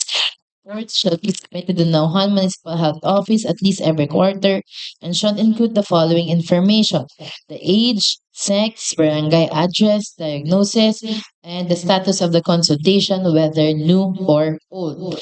Section 16. Penalty. This ordinance strictly prohibits a discrimination against a person with mental health condition. For this purpose, the municipal government of Naujan shall assist any complaints or filing a case with the proper court. Any violation of this ordinance shall be subject to the following penalties. First offense, warning. Second offense, a fine of 1,000 pesos. And the third offense shall be a fine of 2,000 pesos. Section 17. Funding and appropriations. An amount of 800,000 pesos is hereby allocated for the implementation of the Naujan Mental Health Care Program and for the operational expenses of the Naujan Mental Health Advisory Council. Provided, however, that if the municipal government of Naujan has already appropriated funds for the hiring of the mental health professionals in its annual budget, the required amount shall be reduced to 600,000 pesos. The fund shall be sourced from the Municipal Health Office, the Municipal Social Welfare and Development Office, and the Gender and Development Fund. Section 18, Separability Clause. If for any reasons any part or provision of this ordinance shall be declared unconstitutional or invalid by the court, or suspended or revoked by the competent authorities, other parts of the provisions thereof which are not affected thereby shall continue to be full force and effect. Section 19, Repealing Clause. All ordinance, rules, and regulations or parts thereof not consistent with any provision of this ordinance are hereby repealed, amended, or modified accordingly. Section 20, Effectivity. This ordinance shall take force in effect upon approval and issuance of copy of ordinance to all stakeholders and providers. Mr. Presiding Officer, I'm now open for interpellation. Final reading na to, no? Third reading na to, no? Third reading na. Okay. Second. 1 minute recess. Paki-check nga, baka tayo.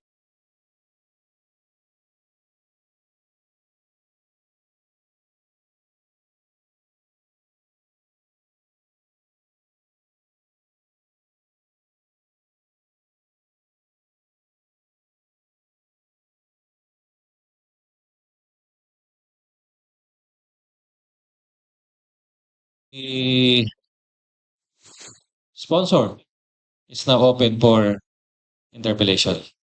Councilor Joel. Mr. Presiding, doon lang po sa paggamit ng Municipality of Naujan. Yun po ba ang tama? Yung small letter yung municipality or yung capital letter? Dapat po kasi uniform yung ating paggamit. Dito po sa whereas, there's a need to review, update, evaluate, and institutionalize the mental health program in the municipality of Naujan. Ginamit po natin ng small letter.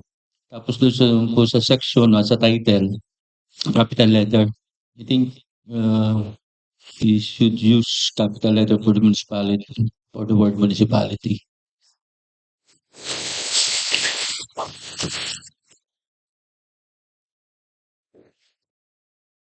Okay. There's a proposal to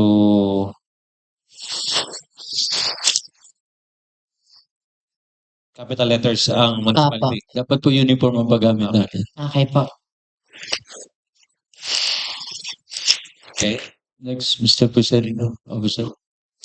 Doon po sa Section 8, the municipal government of Naujan through the Naujan Municipal Health Office and the municipal social welfare and development. Alin po ang hindi po ba dapat may office din siya? Hindi po natin maintindihan kung yung officer or the office. Noted po. Next, Mr. Presiding. May proceed. Mula sa Section 8, yung Section 11 sa Secretariat, the Naujan Municipal Health Office and the Municipal Social and Welfare Development Office shall serve as the Secretariat of the Council. Office po ba yung gagamitin natin?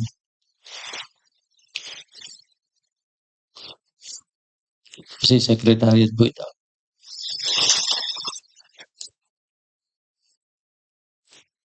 Anong pong section yan? Doon po sa Section 11, Secretariat, letter T po. letter D. The Naujan Municipal Health Office and Municipal Social Welfare and Development Office shall serve as the Secretariat of the Council. Tama ba office ang gamitin natin? Si Secretary, tao.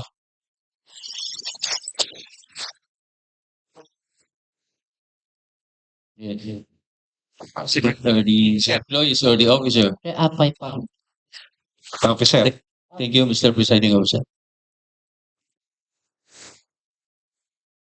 Okay, any other comments? Seeing none, what's the pleasure of the sponsor? Mr. Bukas, second reading. Mr. Chair, I move to close the period of interpellation and Amendment. I am now open for the period of amendments. The period of interpellation is hereby closed, and the period of amendments is now open. Any amendments? Doon po sa unang, sa pasok natin amendment, doon sa last whereas, no? Capital yung M, M. as well as section 8, it should be Municipal Social Welfare and Development Office. And doon sa secretariat, it should be officer. Tama po ba? Apo. In addition po, I also saw in section 5, Section 5. meron po ditong typographical error lang naman po ano. Municipal Health of Office of Naujan. Nadoble lang po yung of. Section 5 po. Section Yeah. 5. Yeah. Okay. Nadoble lang po yung of. Doble. So, Typographical error.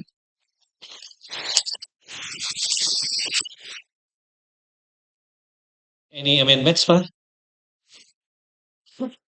Seeing none, what's the pleasure? Mr. Chair, I would like to move for the closing of the period of amendments, and I would like to The period of amendments is hereby closed. move for the passing of the said ordinance, an ordinance institutionalizing the mental health healthcare program in the municipality of Naujan, establishing mechanisms and guidelines for its implementation, adopting certain provisions of RA 11036, appropriating funds thereof, and for other purposes for its third and final reading. For its second reading, rather. There's a motion, Honorable Councilor Princess Patricia May Delor, for an ordinance institutionalizing the mental health care program in the municipality of Naujan, establishing mechanisms and guidelines for its implementation, adopting certain provisions of RA 11036, appropriating funds thereof, and for other purposes. Let's put that into voting. Those who are in favor, kindly raise your hand. Since all members signify their votes for this ordinance. So an ordinance institutionalizing the mental health care program in the municipality of Naujan, establishing mechanism and guidelines for its implementation, adopting certain provisions of RA 11036 and appropriating funds thereof, and for our other purposes, is hereby approved on second reading. Mr. Chair, I would like to ask the gentleman from Barangay Mulawin and San Agustin to please include this ordinance for today's calendar business for its third and final reading. Sir Presiding Officer, I would like to respectfully request that Nakamusta Ka ng Henyo ordinance be included in today's calendar of business for its third and final reading. Kamusta ka ordinance is included in the calendar business for its final reading, provided the final copy be provided. Thank you, Mr. Chair. Next.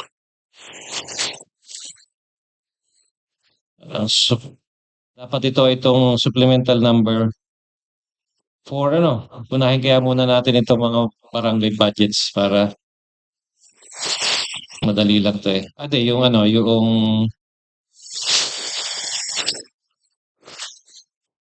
Mokopako, may admin case pala muna, admin case, Mokopako, CLUP, and barangays.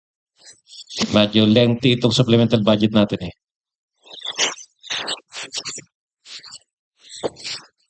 One minute, recess.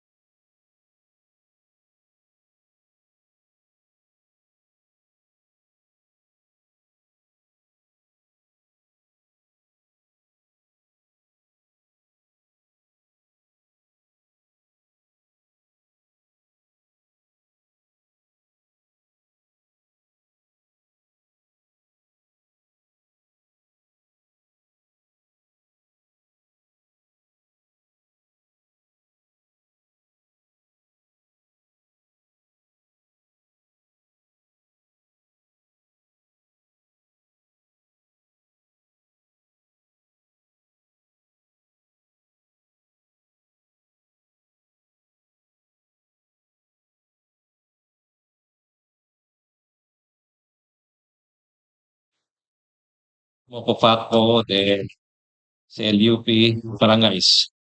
Yan. Hintay-hintay.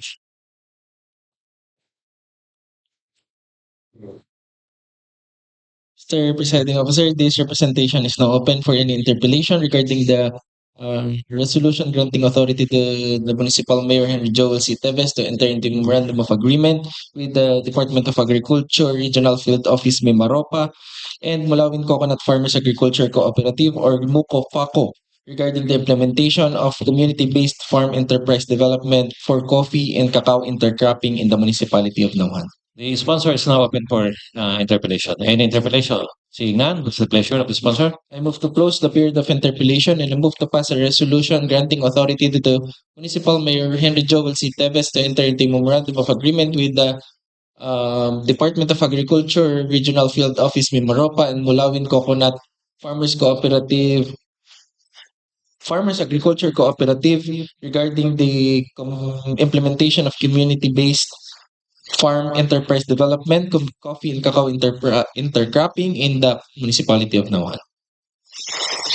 On motion of Honorable Councilor Kenneth Wilson Viray, seconded by Councilor Bugarin, Ilagan, all members present, the resolution authorizing the municipal mayor to enter into MOA with Mocopaco and DA for the said subject matter is hereby approved at second and final reading.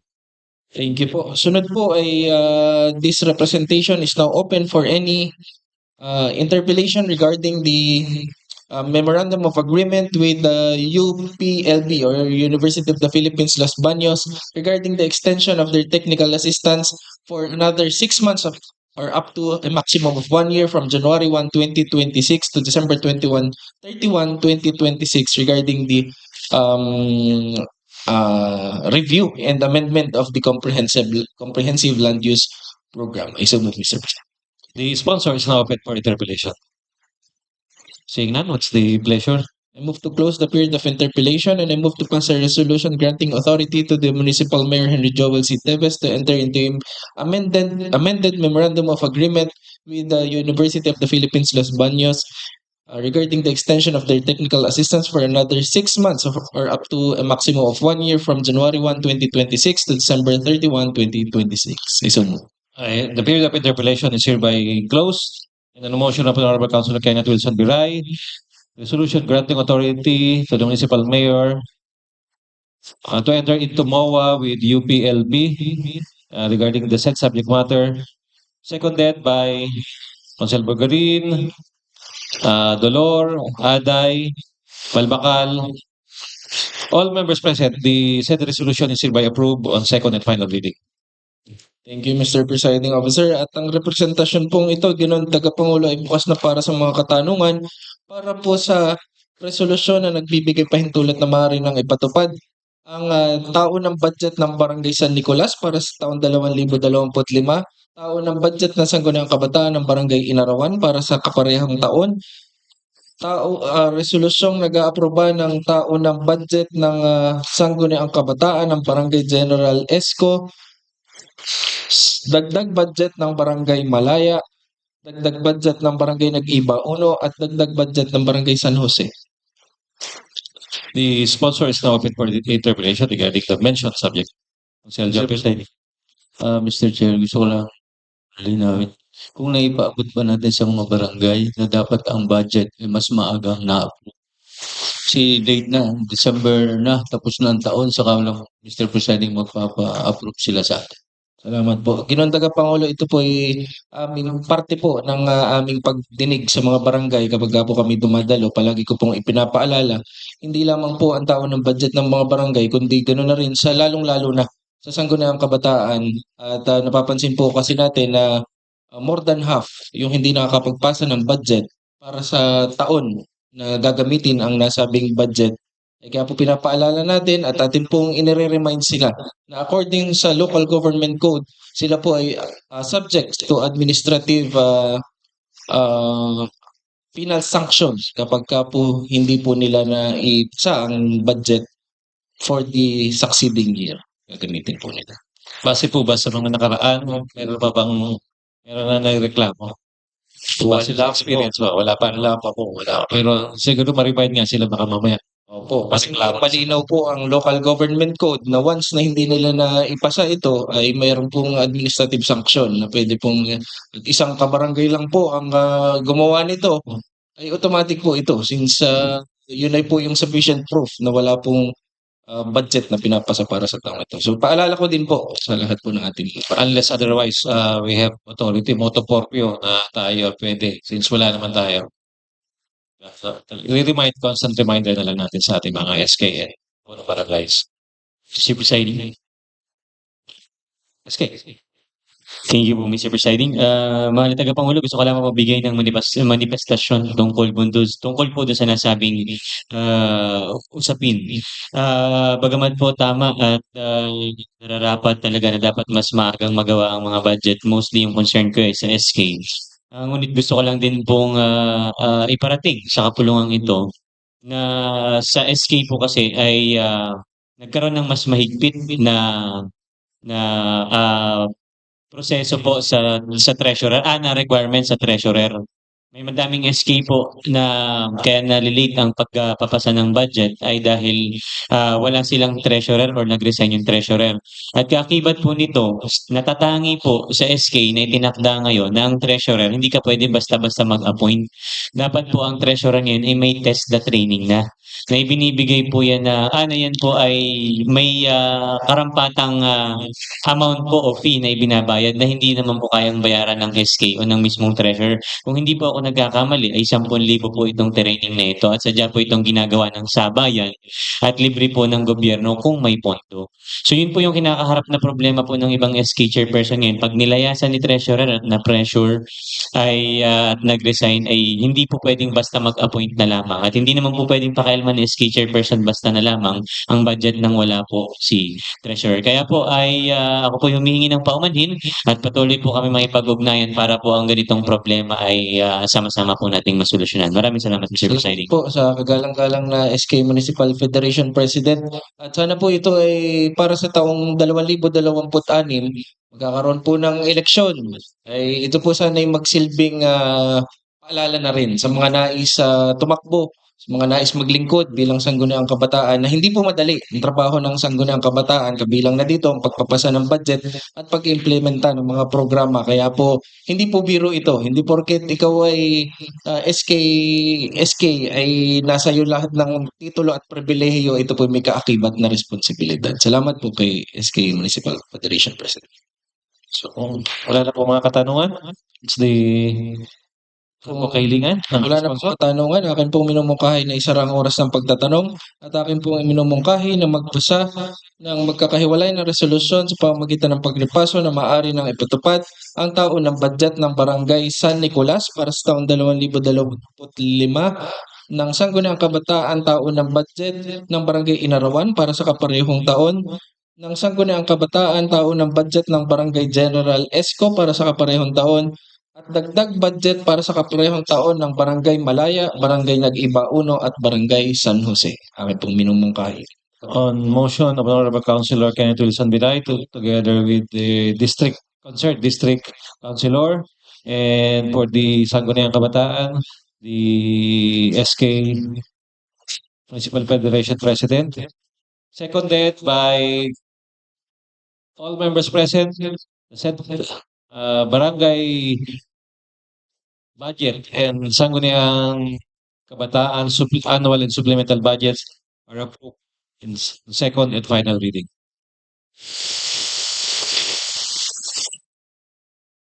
Salamat po. Yan, tagapangulo. Okay? So, ang dalawang pending na lang natin is isang supplemental sa MGAW.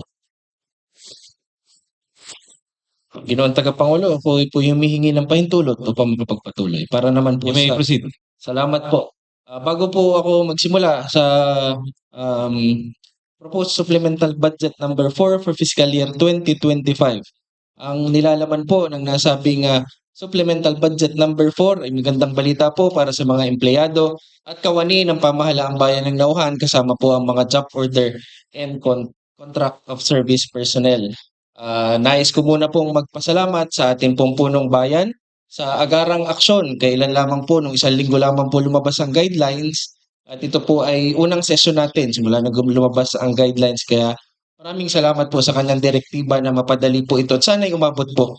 Siguro naman ay aabot po. Ngayong linggo na rin mismo, sana. At ako po nagpapasalamat din sa pagpupursige ng ating pong pinunong tagapangulo sa Honorable Vice Mayor Dan Melgar Jr. na siya pong nag-intindi po nito para po maipahabol ngayong session na ito at sa lahat po ng department heads na nag-atubili. So ito po ang ating pong nilalaman ng supplemental budget number 4 for fiscal year 2025 in the amount of 20,029,840 pesos, containing the service recognition incentive and collective negotiation agreement incentive to all qualified LGU personnel, and gratuity pay for contract of service and job order workers in the government for fiscal year 2025 amounting to 20,029,840 pesos. In accordance to Budget Circular number 2025-2 dated November 19, 2025, in the amount the CNA amount shall be 30,000 pesos maximum, while the service recognition incentive maximum amount shall be 20,000 pesos in accordance to Administrative Order number 40 series of 2025.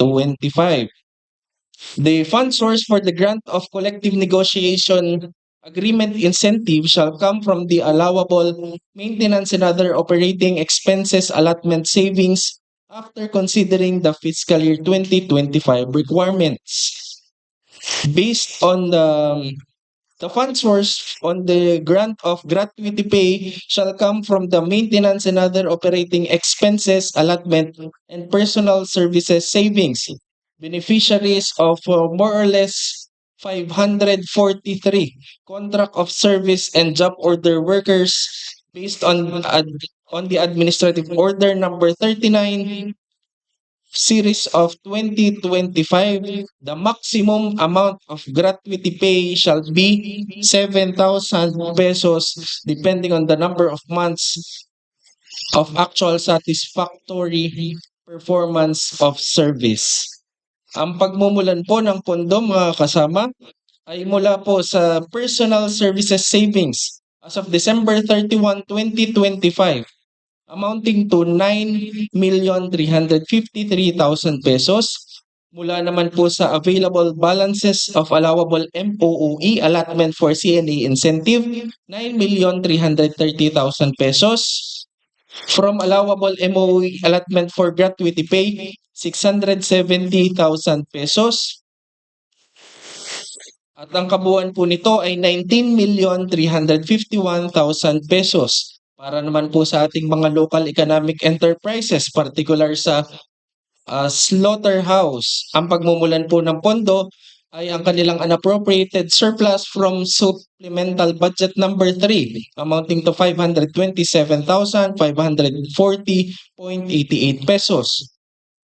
Mula naman po sa bahay tuklasan, mula din po ito sa local economic enterprise, nagkakahalaga ng 270,000 pesos at ang pagmumulan po nito ay available balances of allowable MOOE allotment for CNA incentive. At ang kabuuan po nito ay 20,029,840 pesos. Ang mga paglalagyan po at ang kabuang halaga para sa bawat opisina for the Office of the Municipal Mayor, 4,033,000 pesos. Office of the Sangguniang Bayan, 1,537,000 pesos. Office of the Municipal Administrator, 500,000 pesos.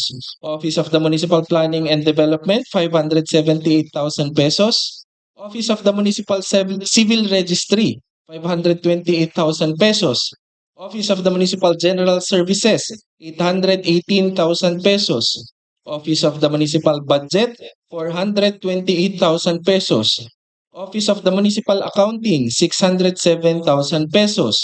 Office of the Municipal Treasury, 1,207,000 pesos. Office of the Municipal Assessor, 485,000 pesos.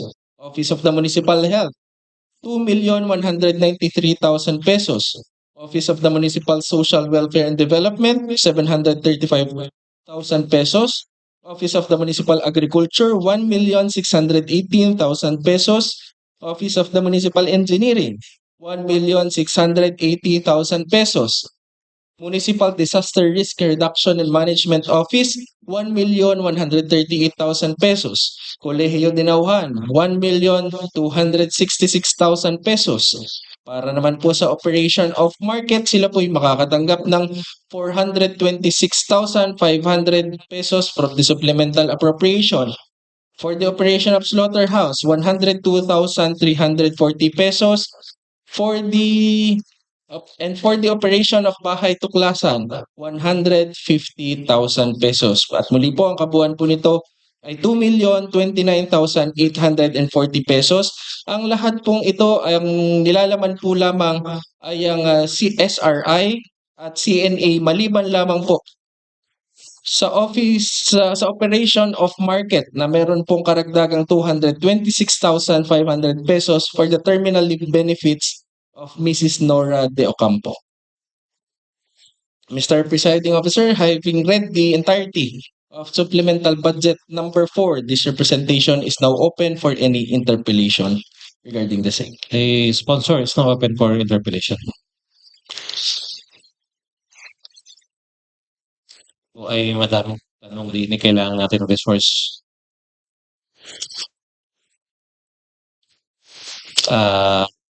Tuloy ba natin or mag-break muna tayo? Lunch break. Then, para mapatawag natin ang mga local finance committee para doon sa mga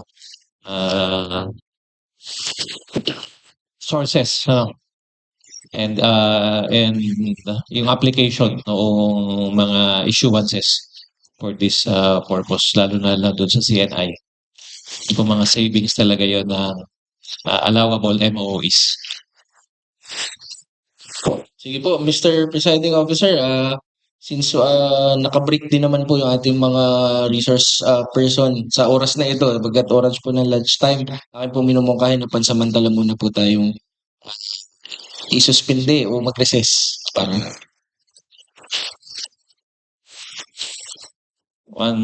30-minute recess.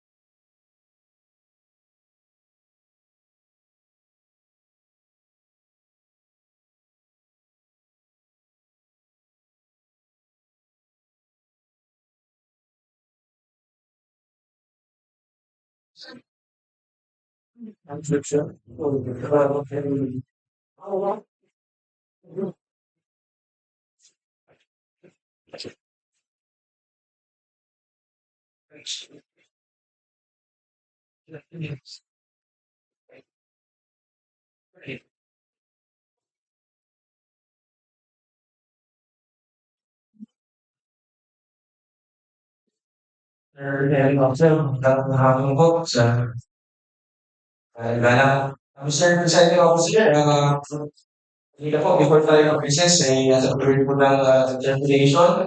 Natin po kung hindi rapat, ipatawag po ang Local Finance Committee para po sa mas madaling pagkasayos sa Supplemental Budget number 4, containing the incentives and plans provide. Ito ang for J.O. and COS employees. So, nandito po sila ngayon, Mr. Presiding Officer, may I request the Honorable Chairperson of the Committee on Rules, for the suspension of the procedure in order to accommodate. Mr. Presiding Officer, I recommend move to suspend to give way to our source person, the federal source of meron po kayong lugar mo, kasama ko po, at kasama ko sumagot. Pagkat ito po ay ngayon lang din po na magpapabang na ma-itimay. Ito rin po mga member ng local community. Bukas po, ang inyong pong likod at ang local community at sa mga tayo. May mind ba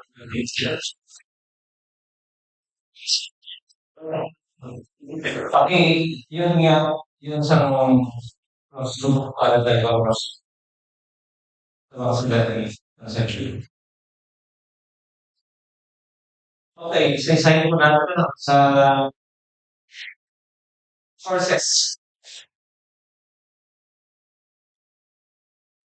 Sa general fund, clear naman po ang pinanggalingan na general services. Yung savings, unfilled positions, or possibly kung may terminal event, ito na hindi nila sa ito. Then, available balances sa Palawan may okay na for CNA. So, ang una kong tanong, yun po bang alam mo kung okay na natin for CNA ay purely from the allowable MOA items as provided po sa DBF circular.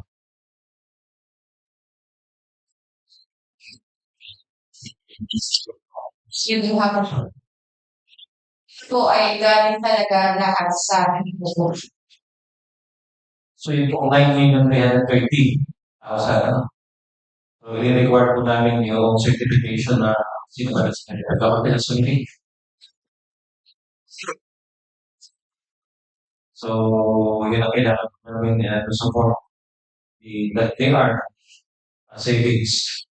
Itong for gratuity sa akong expense account in particular 670. Yung 607, yun po yung talagang yun po ko yan. So yun pong si NR, kasi 30,000, kaya po yung 670 ay mapupunta po sa gratuity. Plus po yung mga galing sa prescribed savings. Kasi ang total po na kailangan ng para sa gratuity, inasa ko yung dyan ay Gratuity 3 million, 801,000. 801,000. Parang pinanafad lang po yun.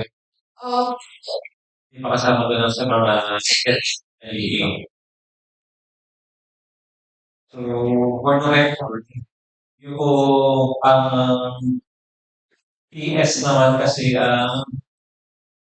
itong dalawa, other personal benefits and other bonuses. Yung other bonuses, yan yung SRI. Tama na, SRI. Which is, ang source nito ay coming from the savings ng PS. So, ibig sabihin, hindi tayo ma-affect dito. Kasi PS din siya savings. Magkano po yung total na SRI para sa lahat sa general fund?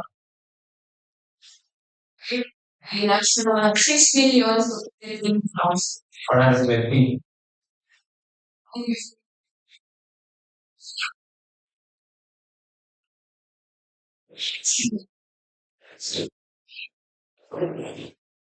And CNA, Ay 9,330,000.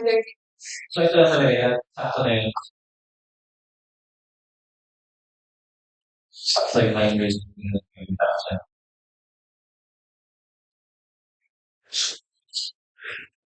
Okay. So far sa general fund, wala. Second naman doon sa general fund, sa pinagalingan ng ating sources for this supplemental budget.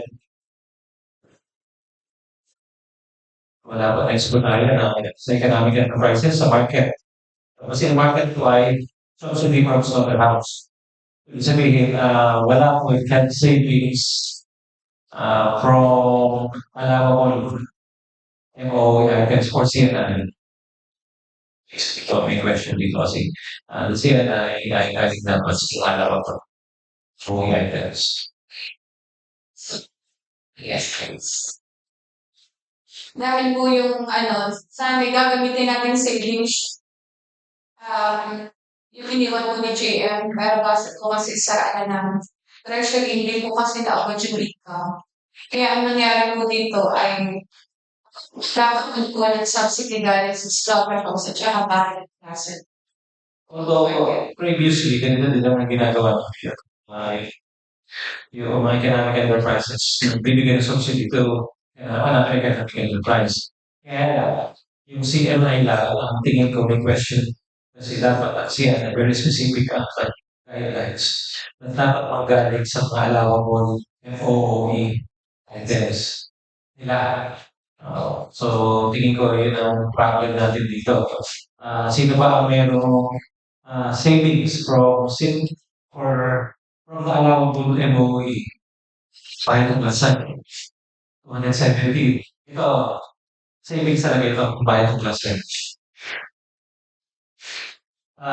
With cash backup, Palagay ko, dahil na po sa CIB, okay sa kanya ito. Success.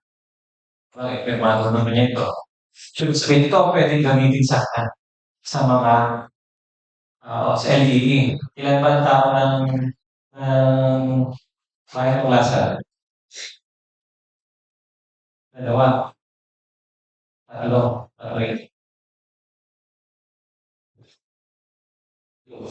Tatlo, no?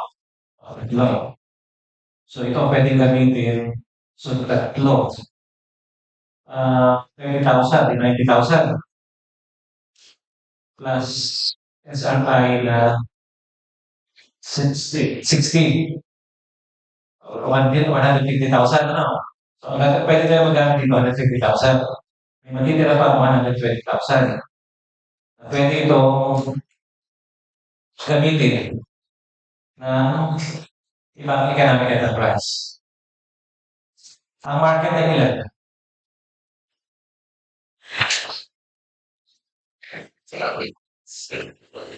Ang market. Ang market. Ang slaughter, dalawa. So, since times 20 times 30,000 to, 180. May 120 na lang ang bilang natin. So, 20 to 70.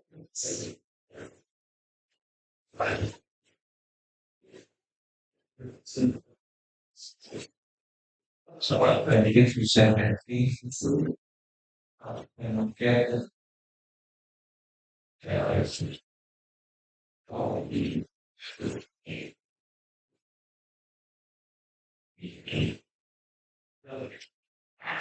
so few error. 6.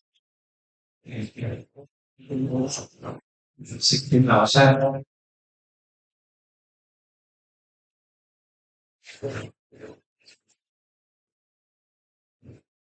Available na lang kasi nga pwede gamitin for CNI ng dalawang enterprise. The bahay ko class lang, the slaughterhouse and market. is only 120,000. Meron silang anim, no?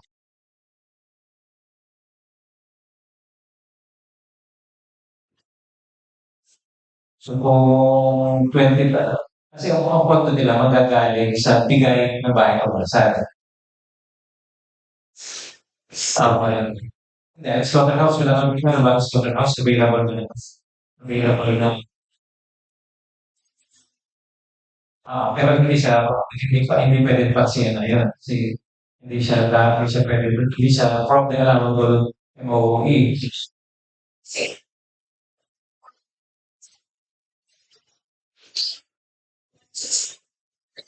Yun po yung magagaling. Sige. Ano, ang CNI naman gagaling ng CNI slaughter. Galing ko sa bahay ko. Okay, ang bahay kaklasan kasi ay 270,000 savings nila. Meron ba silang pay savings? Wala na. Okay, unappropriated surplus. Meron ba ang iwasan? And then, sasabihin purely 270,000. Sa 270,000, ang pagdadagdag niya dito ay CNI worth 90,000. 90 and 60,000 SRI. So, 150,000 yan. Ang matitira na lang, 120,000. Yun na lamang ang pwede nating ibigay sa market and storehouse. Kaya lang, sabi natin, ang market ay merong apat na stock regular, ang slaughterhouse ay dalawa. Need 2 times 3, that's 180,000. Kulang na sa 120. Hindi naman po. Kasi kung sa bahay ng plaza na 60,000 na SRA po, yun po ay magagaling sa slaughterhouse. So, And then po yung pwede i-cross. Hindi natin pwede clear yun na kinross natin, inuha. May savings sa 270 na pwede siya pero hindi natin ginamit sa instead. Inuha natin yung galing sa slaughterhouse para pag-SRI. CNA. Okay. Yes. Ibig sabihin lang, yung 270 yung ay pangkay bahay kaklasan lang. Pangkay bahay kaklasan siya. Hindi niya pwedeng ipamigay yun. Hindi pwede siya tumanggap. In return, pamimigay naman niya pang CNI. Problema po kasi nito kung ano po. Kulang. CNA lang naman yung ba? Sa dami ko yung SR. Dahil pa sa warehouse. Kaya, ibig sabihin, ang maapektuhan dito, hindi dapat si bahay kaplasan. Ang posibleng maapektuhan ay ang slaughterhouse at market kasi binigyan lang sila ni bahay kaplasan ng mga natira out of 270. Kasi magagamit ni bahay kaplasan is 150. So 120 ang pwede niya ibigay kay slaughterhouse at market. Pwede naman yung gamitin sa SR, sa CNI. Kasi allowable sila, MOE yan. Kaya, dahil anim ang kanilang empleyado, hindi magkakasya yung 120 sa anim, sa tigna 20. Asya sa tigna 20. So, ang possible scenario, dahil ang savings lang ang available, di bahay kaklasan na 120, yun ang ibigay kay slaughterhouse at market. Ito 20 ang kanilang CNI. Clear tayo doon, hindi tayo magpapasyon doon. Pero, yung SRI nila, kumpleto, 20,000 galing sa subsidy ni slaughterhouse naman. Hindi ko possible kasi kita dito na para lang mabigyan natin ng para binigyan natin ng buong economic enterprises sa savings ng allowable nilo pero yung bahay ng klasa yung pang SRI naman nila ay galing subsidized ng ibang economic enterprise. Sana parang nag-criss-cross yung sources. Ano? Dapat sana, gamitin mo na ito ni bahay ng klasa para sa kanya. Ano matitira, yun ang pwede ibigay. Yun.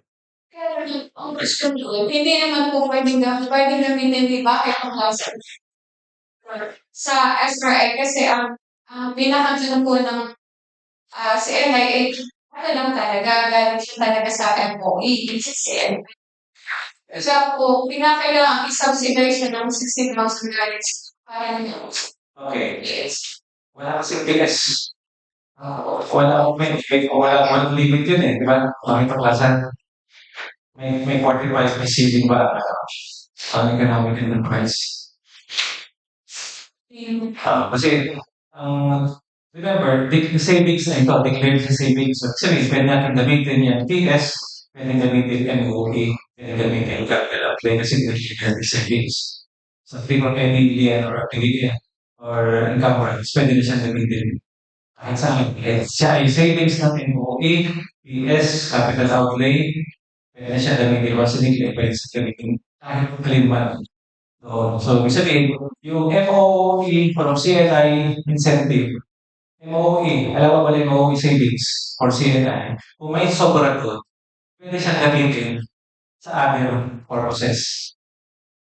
Except nga na kung mag-exceed sa PS limitation, yung bakit ako mag-center? Which is hindi naman, hindi naman, hindi naman siya except kasi wala naman silang wala namang limitation exemption. Exempted sa PSA, what's na nandun sa economic enterprise. Yun ang tingin ko dapat natin gawin. 150 ang gamitin para tayo bahay ng klasa, 120. I-distribute na lamang para magkaroon din ng CNI, ang slaughter at market. Pero technically, kung susundin, actually, dapat wala na sila eh. Kaya nga, ginagawa naman natin ito since matagal. Wala naman tayo nagiging finance. Sinusubsidize ng another economic enterprise to another economic enterprise. Yun, medyo mabigat lang no, kasi nagiging target lang siya sa 20. Kung hindi sana nga, but kung tayo ay, kung hindi papayag si bahay ng klasa, wala si slaughter at saka si market na siya. Ngayon, papayag naman si bahay ng klasa na i-subsidize niya para kay market at slaughter. Kaya 20 na ang bigyan. At least tayo, clear tayo, may ma-edge, mga question doon. Posible na question. Pag yung kinross mo, yung isa ay, totally sinircumvent natin yung purpose no MOE items.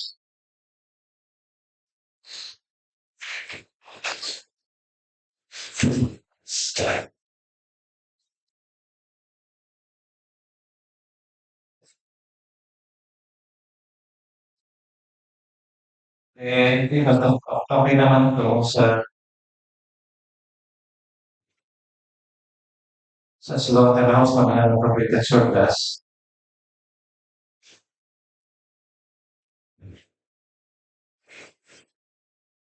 Ilan po ating empleyado na entitled sa CNO? Hindi ko po. Well, as to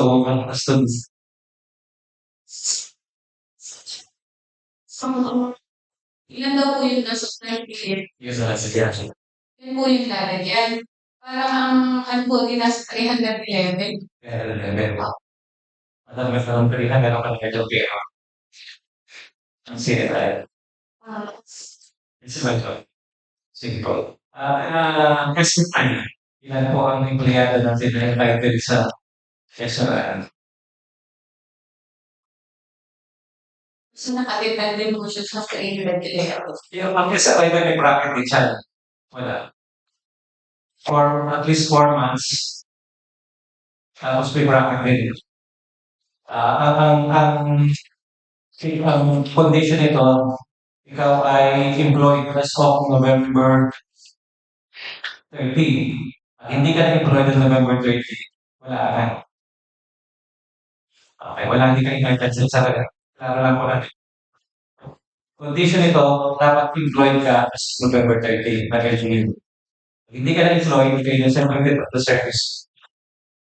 Pero kung ikaw ay na-hire ng November 1, meron ka. Prorated. Clear po tayo doon. So, ibig sabihin, yung mga resigned, retired, separated from the office from the LGU, so November 30, hindi na hired.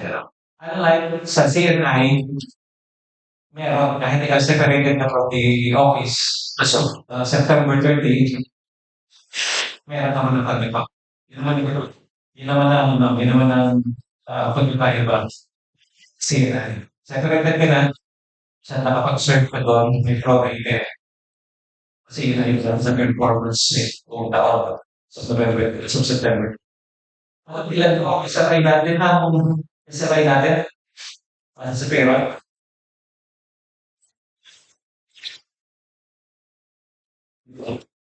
Ang total ko is 4.5. 4,510,000.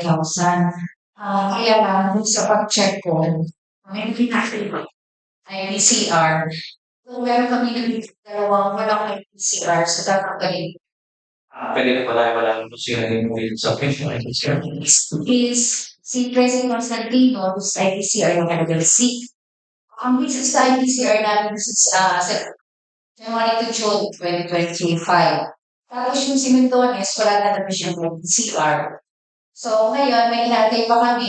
Quite busy ko dun sa nakapirot kasi sa SB meron kami inaantay dalawang certification for Marian at saka kay Seth.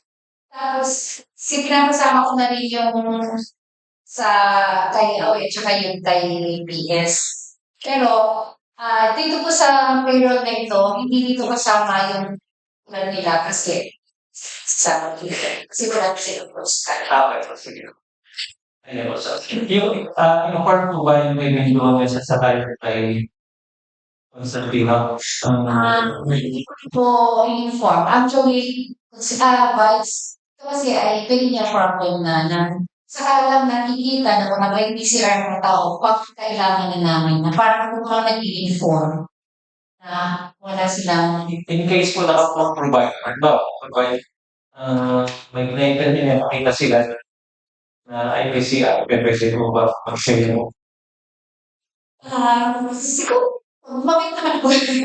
Kasi ang business namin is yung sa ng mga departments. Ito naman po ay pirmado ng ating pirmado ng department head, ng HR, approved ng mayor. Nakalagay talaga wala siya. So, we're expecting na pag sinabing ito ng department head sa HR, i-check nila kung sino yung wala, hanapin nila.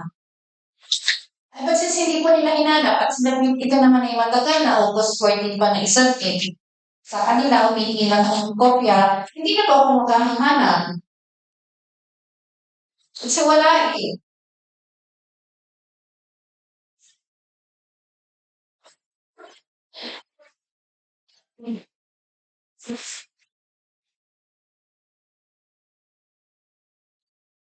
Natin po man, access pa lang. Kinakonfirm na po. Pero subject po ito lahat sa access.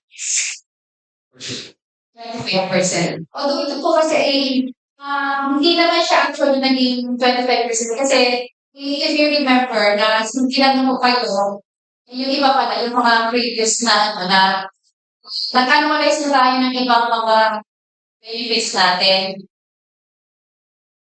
Kung baga po hindi pa namin natatanda, tinatas na namin. Para pagdating nga nitong December, hindi naman masyadong malaki ang kakatas. Actually, yung mga department heads ko ay nag-usap na parang sasama na lahat ng pwedeng tanggapin ng December, i-annualize na siya. Para pagdating nga naman ng December, malaki-laki ang kakatas natin. Or kayo po, baka gusto yung sumali sa amin. Ibig sabihin po, isasama na ito sa competition. Yung annual natin, yung mga kasama din natin, times 12, kasi yung bonuses, yung SRI, pinagsasama na, magkano man siya, the whole year, i-annualize namin, divided by 12 with the value. Pero yun naman po ay, nai-refund just in case katulad ng mga ano natin na consiglers natin na tapos na, i-refund naman po yun. And if ever talaga sobrang pati, pagdating naman ng January sa first payment remittance namin sa BI card, refund din namin sa mga clients.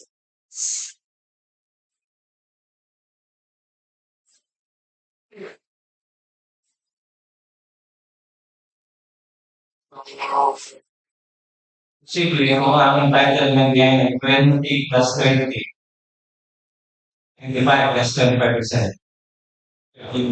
Depende sa Ay, mga 20 na lang. Kasi nga, annualize ang analyze. benefits. Pero yung mga newly elected doon sa CNRP, under siya ng bracket. Pasok naman sila. Papasok din ko.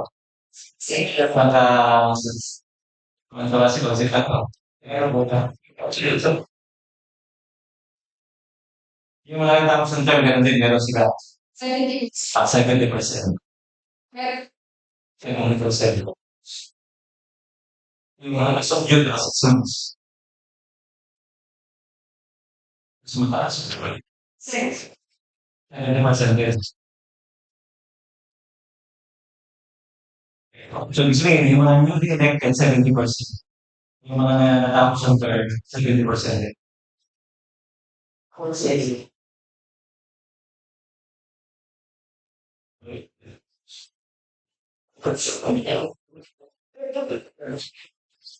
Okay.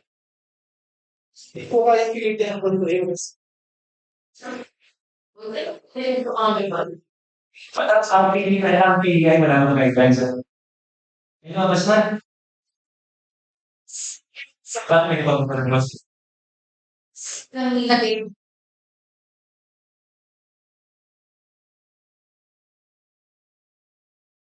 Bigay ko sa dalawang ano lang, ilang basis nila is yung 2017-4 na isang PI noong 2017. So meron din po yung ano, may mga bracket din. Pero yung bago lumabas na parang 2 pages lang na walang nakalagay dito. Kaya lang, ilagay nila yung monument is for 2017. Yung PDI naman, hindi na natin kaya supplement kasi nasa annual budget na natin. Sa gratuity po, pabibigyan po lahat ng job workers. Ano? Pati yung mga newly hired, meron pa mga newly hired na November 2, may na-hire kami November 2. So, entitled sa lahat sila nakaka-confirm po ba naman yung mga newly Sangguniang. Still 2 months. 7,000 po yung full, tapos 3 to 4 months, 6,000, 2 to 3 months, 5,000. Less than 2 months, 4,000. 4,000.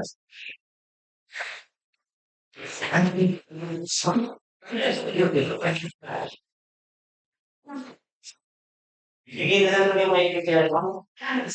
Support for your own. Okay, government po.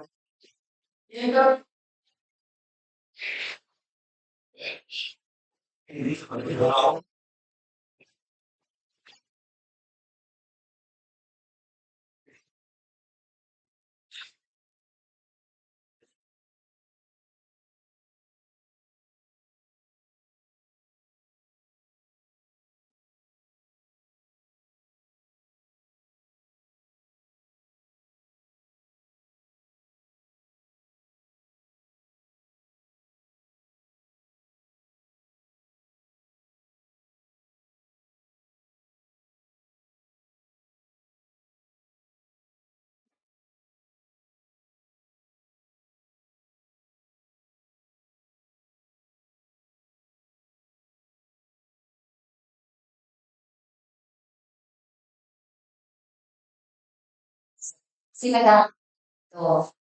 Sumanang wala na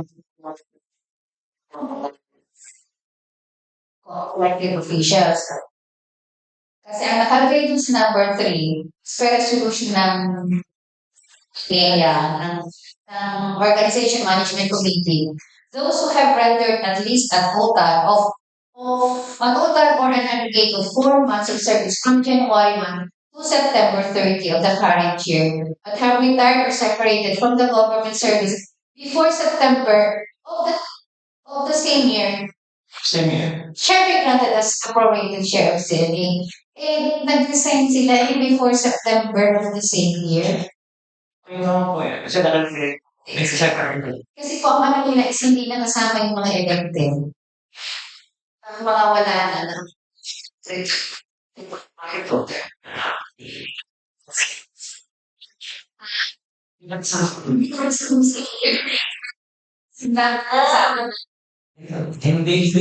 kasama. Hindi na kasama. Ah. So, kailangan dagdagan ito. Kailangan dagdagan ito. Kasi kahit ganun din eh. Kahit ganun din eh. Before those day was like I didn't know what's going to be there. 60% po pala sila. 60% nila. Okay. So, ganito ako pa. Kaya, ipa-finalize natin. Hindi namin napubahan ngayon. Kasi matapos yung deliberation, ang second approval na secondary niya ng next session. Pag naayos niya, may balik siya sa namin doon aprobahan sa next session. Usapan namin kung bukas or kung kailan next session. Pero kung mag-final session kami bukas, hindi kailangan namin bukas na. Okay. Okay. Sir, there's a question from the agent also. From the operation of market, when was nakalagay ang terminal benefits? Mayroon mga both. Gusto kong malaman sa atin yung PDO, FPC. Kung po ay included sa ating school fee or AIP. Ang basis po ng Magandang hapon po, Sir Mark. Hindi po nakasama sa annual investment program as a supplemental investment program with terminal benefits ni Technology Award as well as yung sa engineering. Yung pwedeng paningans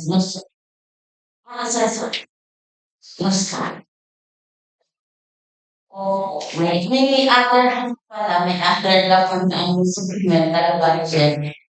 Yung isa pa pong PPA, yun namang sa traveling, additional appropriations for the traveling expenses ng slaughterhouse ay pagsok naman po sa AIP.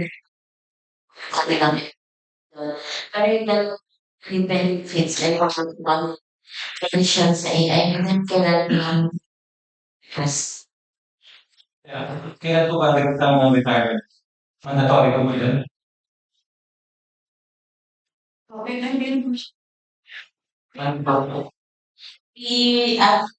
Si Mrs. Kailan na rin sa paritan yung service. Okay lang yung matagal na sa kaya gawin na tinapa sa record. Ang problem nito dapat,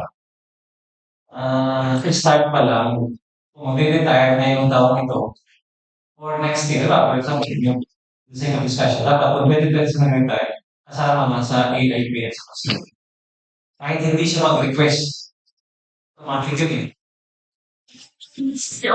Due to illness naman po. Pero kailan ang kanya yung mandatory? 65? Di ba? Wala akong sisiyo, di ba? Okay. Sige, kung tayo magkakaproblema pa, pwede naman siyang bayaran. Kasi kung wala sa AIP natin, kung hindi siya captured pa, hindi, mga disalaw pa ito. Hindi disalaw din yun. Sabay yung dalawa, sabay yung isa.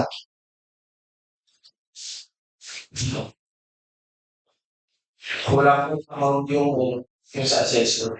Ayun, sige. Hindi, tama-tama. Wala amount siya. Wala na tayo properly kanina na yun, tumabali, wala akong since hindi naman papapit sa ating mga sa annual investment program, supplemental investment program, i-bigyan naman natin yung sa terminal, di ba? Anyway, make sure lang sa per supplemental budget. Pag nag-file na ba ng retirement? Okay. Kung approve na ni Mayor, kung binanggap sa ni Mayor, per supplemental. Kasi kung wala, kung less, di pa papasukan nito sa AIPI terminal leave benefits of wala. Pinagbuka. Pinagpasok. Meron ba nagbuka? Meron na hindi kumuha sa general fund? Meron ba existing terminal? Yan na, nasa market ito eh. Nasa market ito eh. Pwede sana subsidize. Kaya kung wala naman sa AIP ka,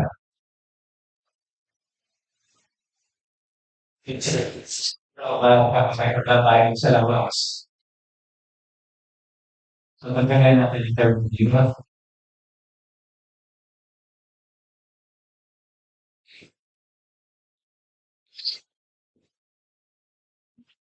Mga katanungan ko po. So, i-ano po natin, i-recap na natin yung ating mga observations. Sa sources, economic enterprise ng market, dalawa na ang kanyang magiging sources. Savings from subsidy from slaughterhouse, 306,500, ito kailangan, hindi ka mabaya. Plus, yung subsidy from bahay tuklasan, na 80,000. 80,000. Sa slaughterhouse naman, yung unappropriated surplus nila, 527,540. Plus 40,000 subsidy from bahay tuklasan. Tapos sa bahay tuklasan naman, kasi siya, 270. So, Form 9 naman natin, wala naman changes yung Form 9 sa general fund. Magkaka-changes lamang ito sa market, sa Form 9. Sa halip na 120,000 yung other personal benefits, magiging 80,000 na dyan. So, yun, pa-adjust lang mo ganun. Doon naman sa slaughterhouse, sa halip na 60,000, magiging 40,000. Dyan.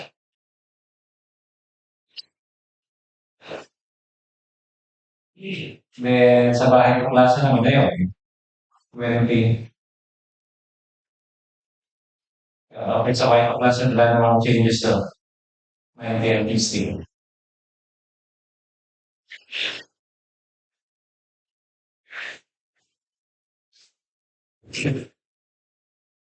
So, ako may katanungan na. Sige, gawa na sa mga. So, dahil narating ko lang po dito sa page 8, ano po, meron po kasi 5% PR, so wala namang pondo. Ito po ba ito? Gawin po natin po sa nakatago na sa leadership na. So, ayun na, mag-exception na.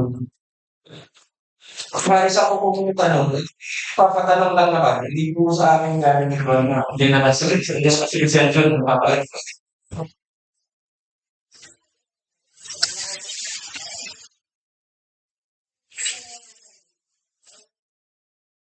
Sumasakalimutan po. Ito pa yung sinasabi ko sa buwas.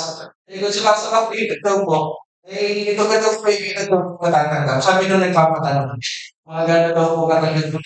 Yung sabi niya, ayun ko lang. On maybe 22 or 23. Kung maaari siya tomorrow, meron na ako. Last lang isip. Since nandito na 20, kasi processing.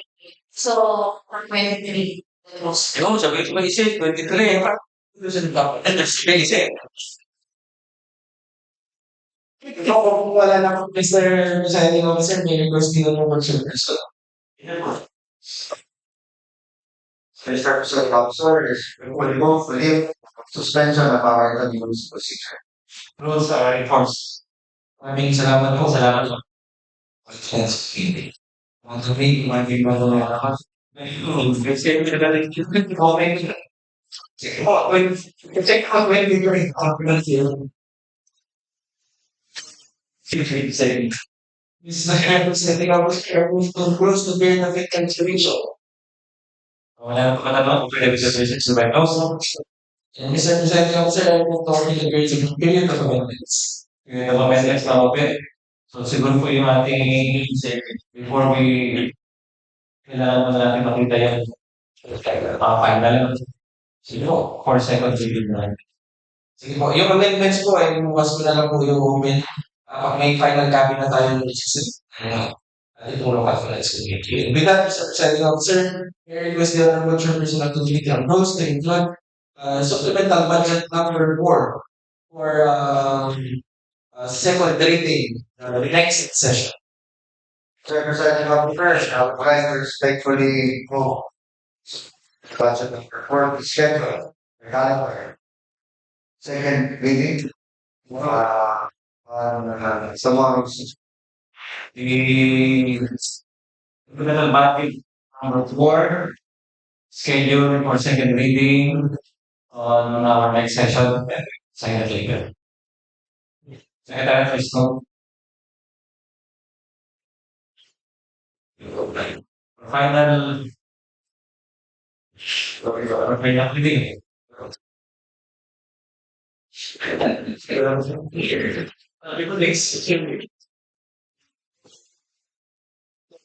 Presiding Officer, mga kasama, kagalang-galang, I have the honor to present before you the annual budget for the Municipal General Appropriations Corporation Ordinance number 1 for fiscal year 2026 na pinagpaguran po ng ating department heads, ng ating purong bayan, pangalawang purong bayan, syempre yung kasama natin. With that, Mr. Presiding Officer, ito po ay nabasa na natin ng kabuuan sa plenaryo. Wala naman po makapagbuwas to. Wala po sa ating pong second reading. Ito po yung napupahan na. Pasahin ko lang po ang title, An Ordinance Authorizing the Annual Budget of the Municipality of Naujan, Province of Oriental Mindoro for fiscal year 2026. The amount of 611,037,618 pesos, covering the various expenditures for the operation of the municipal government for fiscal year 2026, and appropriating the necessary funds for the purpose. Mr. Presiding Officer, I move to dispense with the reading on its third and final reading may end now. Any objection? Seeing none, the reading will see by dispense.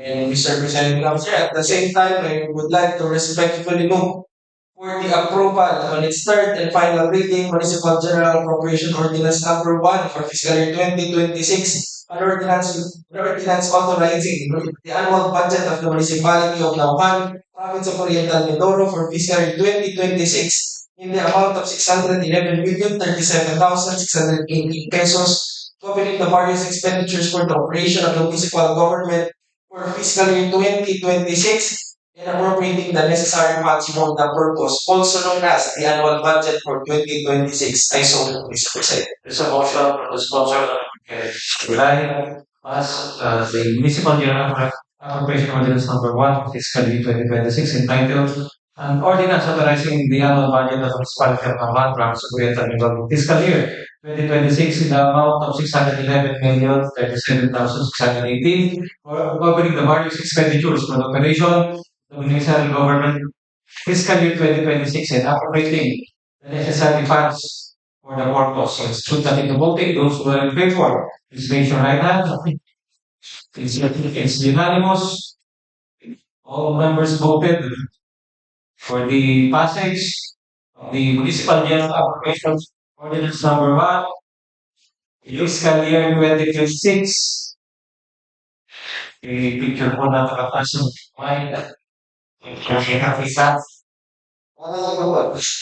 Amount of 611,037,680 covering the bars expenditure for the operation of the municipal government for fiscal year 2026 and appropriating the necessary funds for the purpose is hereby approved on its third and final reading.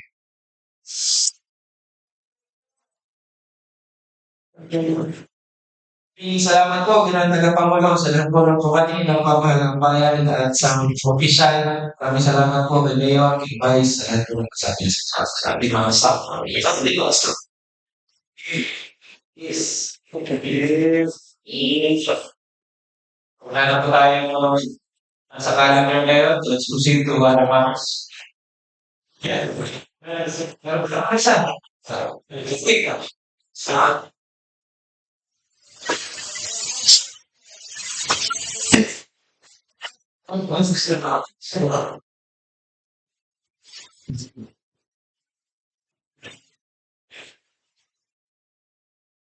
Mr. Presiding Officer, having read the content of this ordinance, I would like to dispense the reading of this ordinance and instead proceed with the student corrections.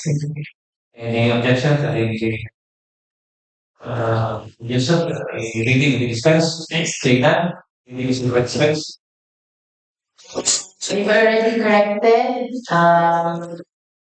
the capitalization of the municipality of Naujan. You've also corrected or omitted the of on section 5. You've also corrected section 8. We put the Municipal Social Welfare and Development Office. We also corrected section 11, letter D, Secretariat. We put now Municipal Health Officer and Municipal Social Welfare and Development Officer. That's yeah. Having everyone has already furnished a copy of said ordinance, Mr. Chair, I would like to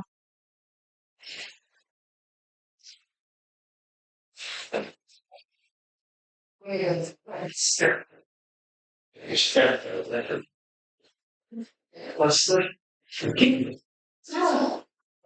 Chair, I would like I move to pass the ordinance institutionalizing the mental health care program in the municipality of Naujan, establishing mechanisms and guidelines for its implementation, adapting certain provisions of RA 1036, appropriating funds thereof and for other purposes, also known as final penyo, mental health ordinance of the municipality of Naujan on its third final. There's a motion from Honorable Councilor Princess Patricia Mayor. Pass an ordinance is institutionalizing the mental health care program of the municipality of Navan, establishing mechanism and guidelines for its implementation, adopting certain provisions of RA 11-036, appropriating funds thereof and for other purposes, also known as the Kumusta Finance Mental Health Municipality of Navan. Let's put that voting. Those who are in favor, please raise your hand. Since unanimous vote, an ordinance institutionalizing the mental health care program in the municipality of Naujan, establishing mechanism and guidelines for its implementation, adopting certain provisions of RA 11-036, appropriating funds thereof, and for other purposes, is hereby passed on its third and final reading. Thank you, Mr. Chair. Thank you.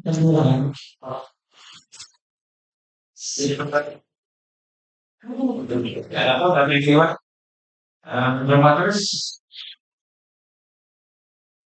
So, yung request for special session, decide.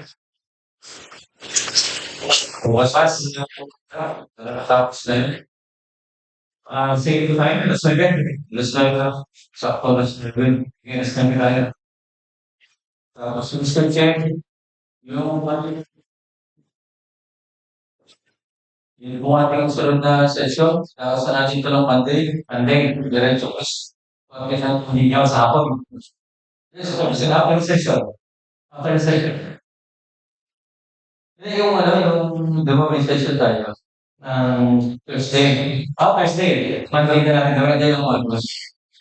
Tapos, after ng session sa Monday, Jesus party na. Okay. Dito sa Sangguniang. Dito sa Lumas, yung other people. Ikaw ba dito? Oo, di ba? Ang sibyo. Buo na dito ba si? Dito mo tama. Sabay-sabay na tayo sabay-sabay na.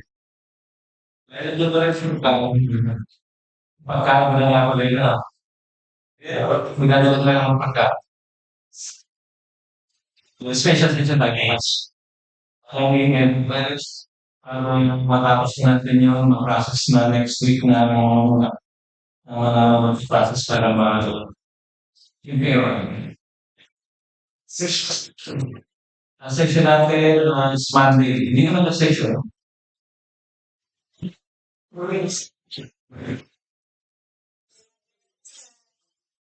Kaya section. Ano, 29. Kaya, may session namin. Ito po kami. Hindi na naman yung si 31. Session natin sa Monday, parang 25. Sabi ko kayo, kasi weekly eh.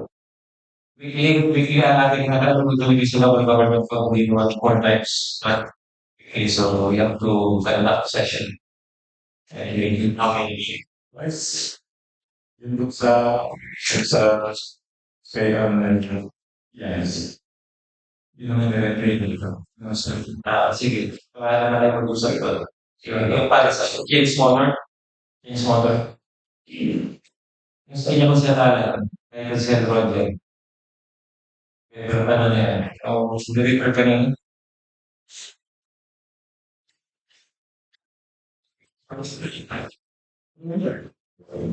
Ito yung sa sa mga ligtas sa pagpili ko kailangan.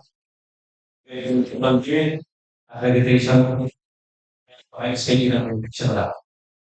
So, salamat.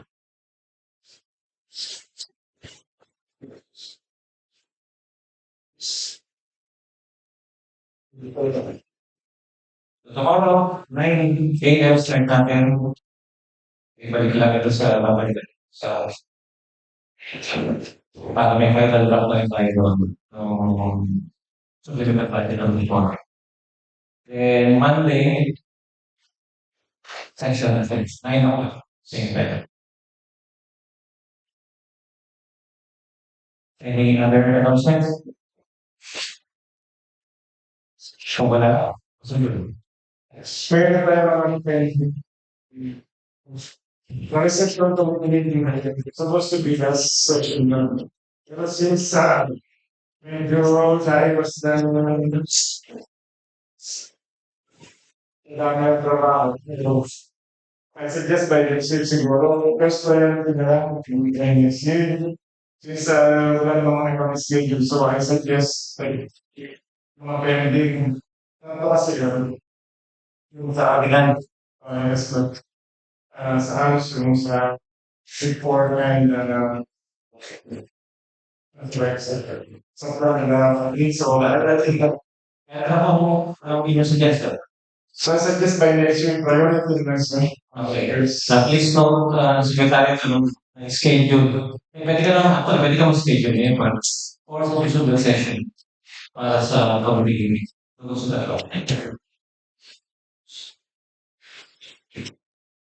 Okay? Kung wala na problema pa, pag-uusapan news. Celebrate ka ng Parang mas kaya ba natin ma-award yung 5 resolutions dun sa mga nag-rescue? Okay, mas. Hindi naman sila makakawag pa. Hindi pa. Parang invite naman po ako. Yung okay. Oh,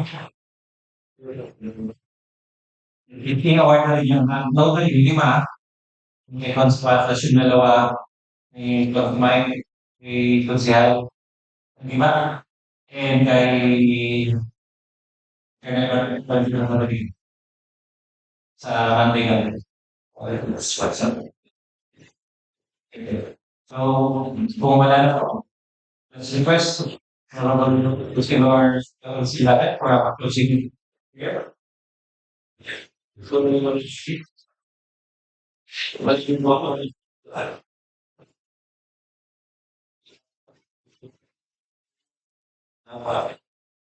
Sa iyong pagbubuhat. Maraming salamat din po at matagumpay namin yung bansa ng aming budget para sa taong 2026. Nawa po ang mga nilalabang ito ay may parating namin sa aming mga babayan na maayos. Kung sa ganon ay matutunan namin ang kanilang tunay na pangangailangan para sa unlakan. Panginoon, hindi ko namin siya hiling sa ilis ang aming pamilya na nagkasapot ng bawat isa. Patuloy mo po kami gabayan, pagpalain sa mga susunod pang. At kung ito ay sabi na namin sa pangalan ng itikang messages. Amen. Amen. Motion of the Honorable Councilor Joel Ilagan, 23rd General Session of the Sangguniang Bayan is now adjourned. Sino ka magpapagod sa akin? Sorry,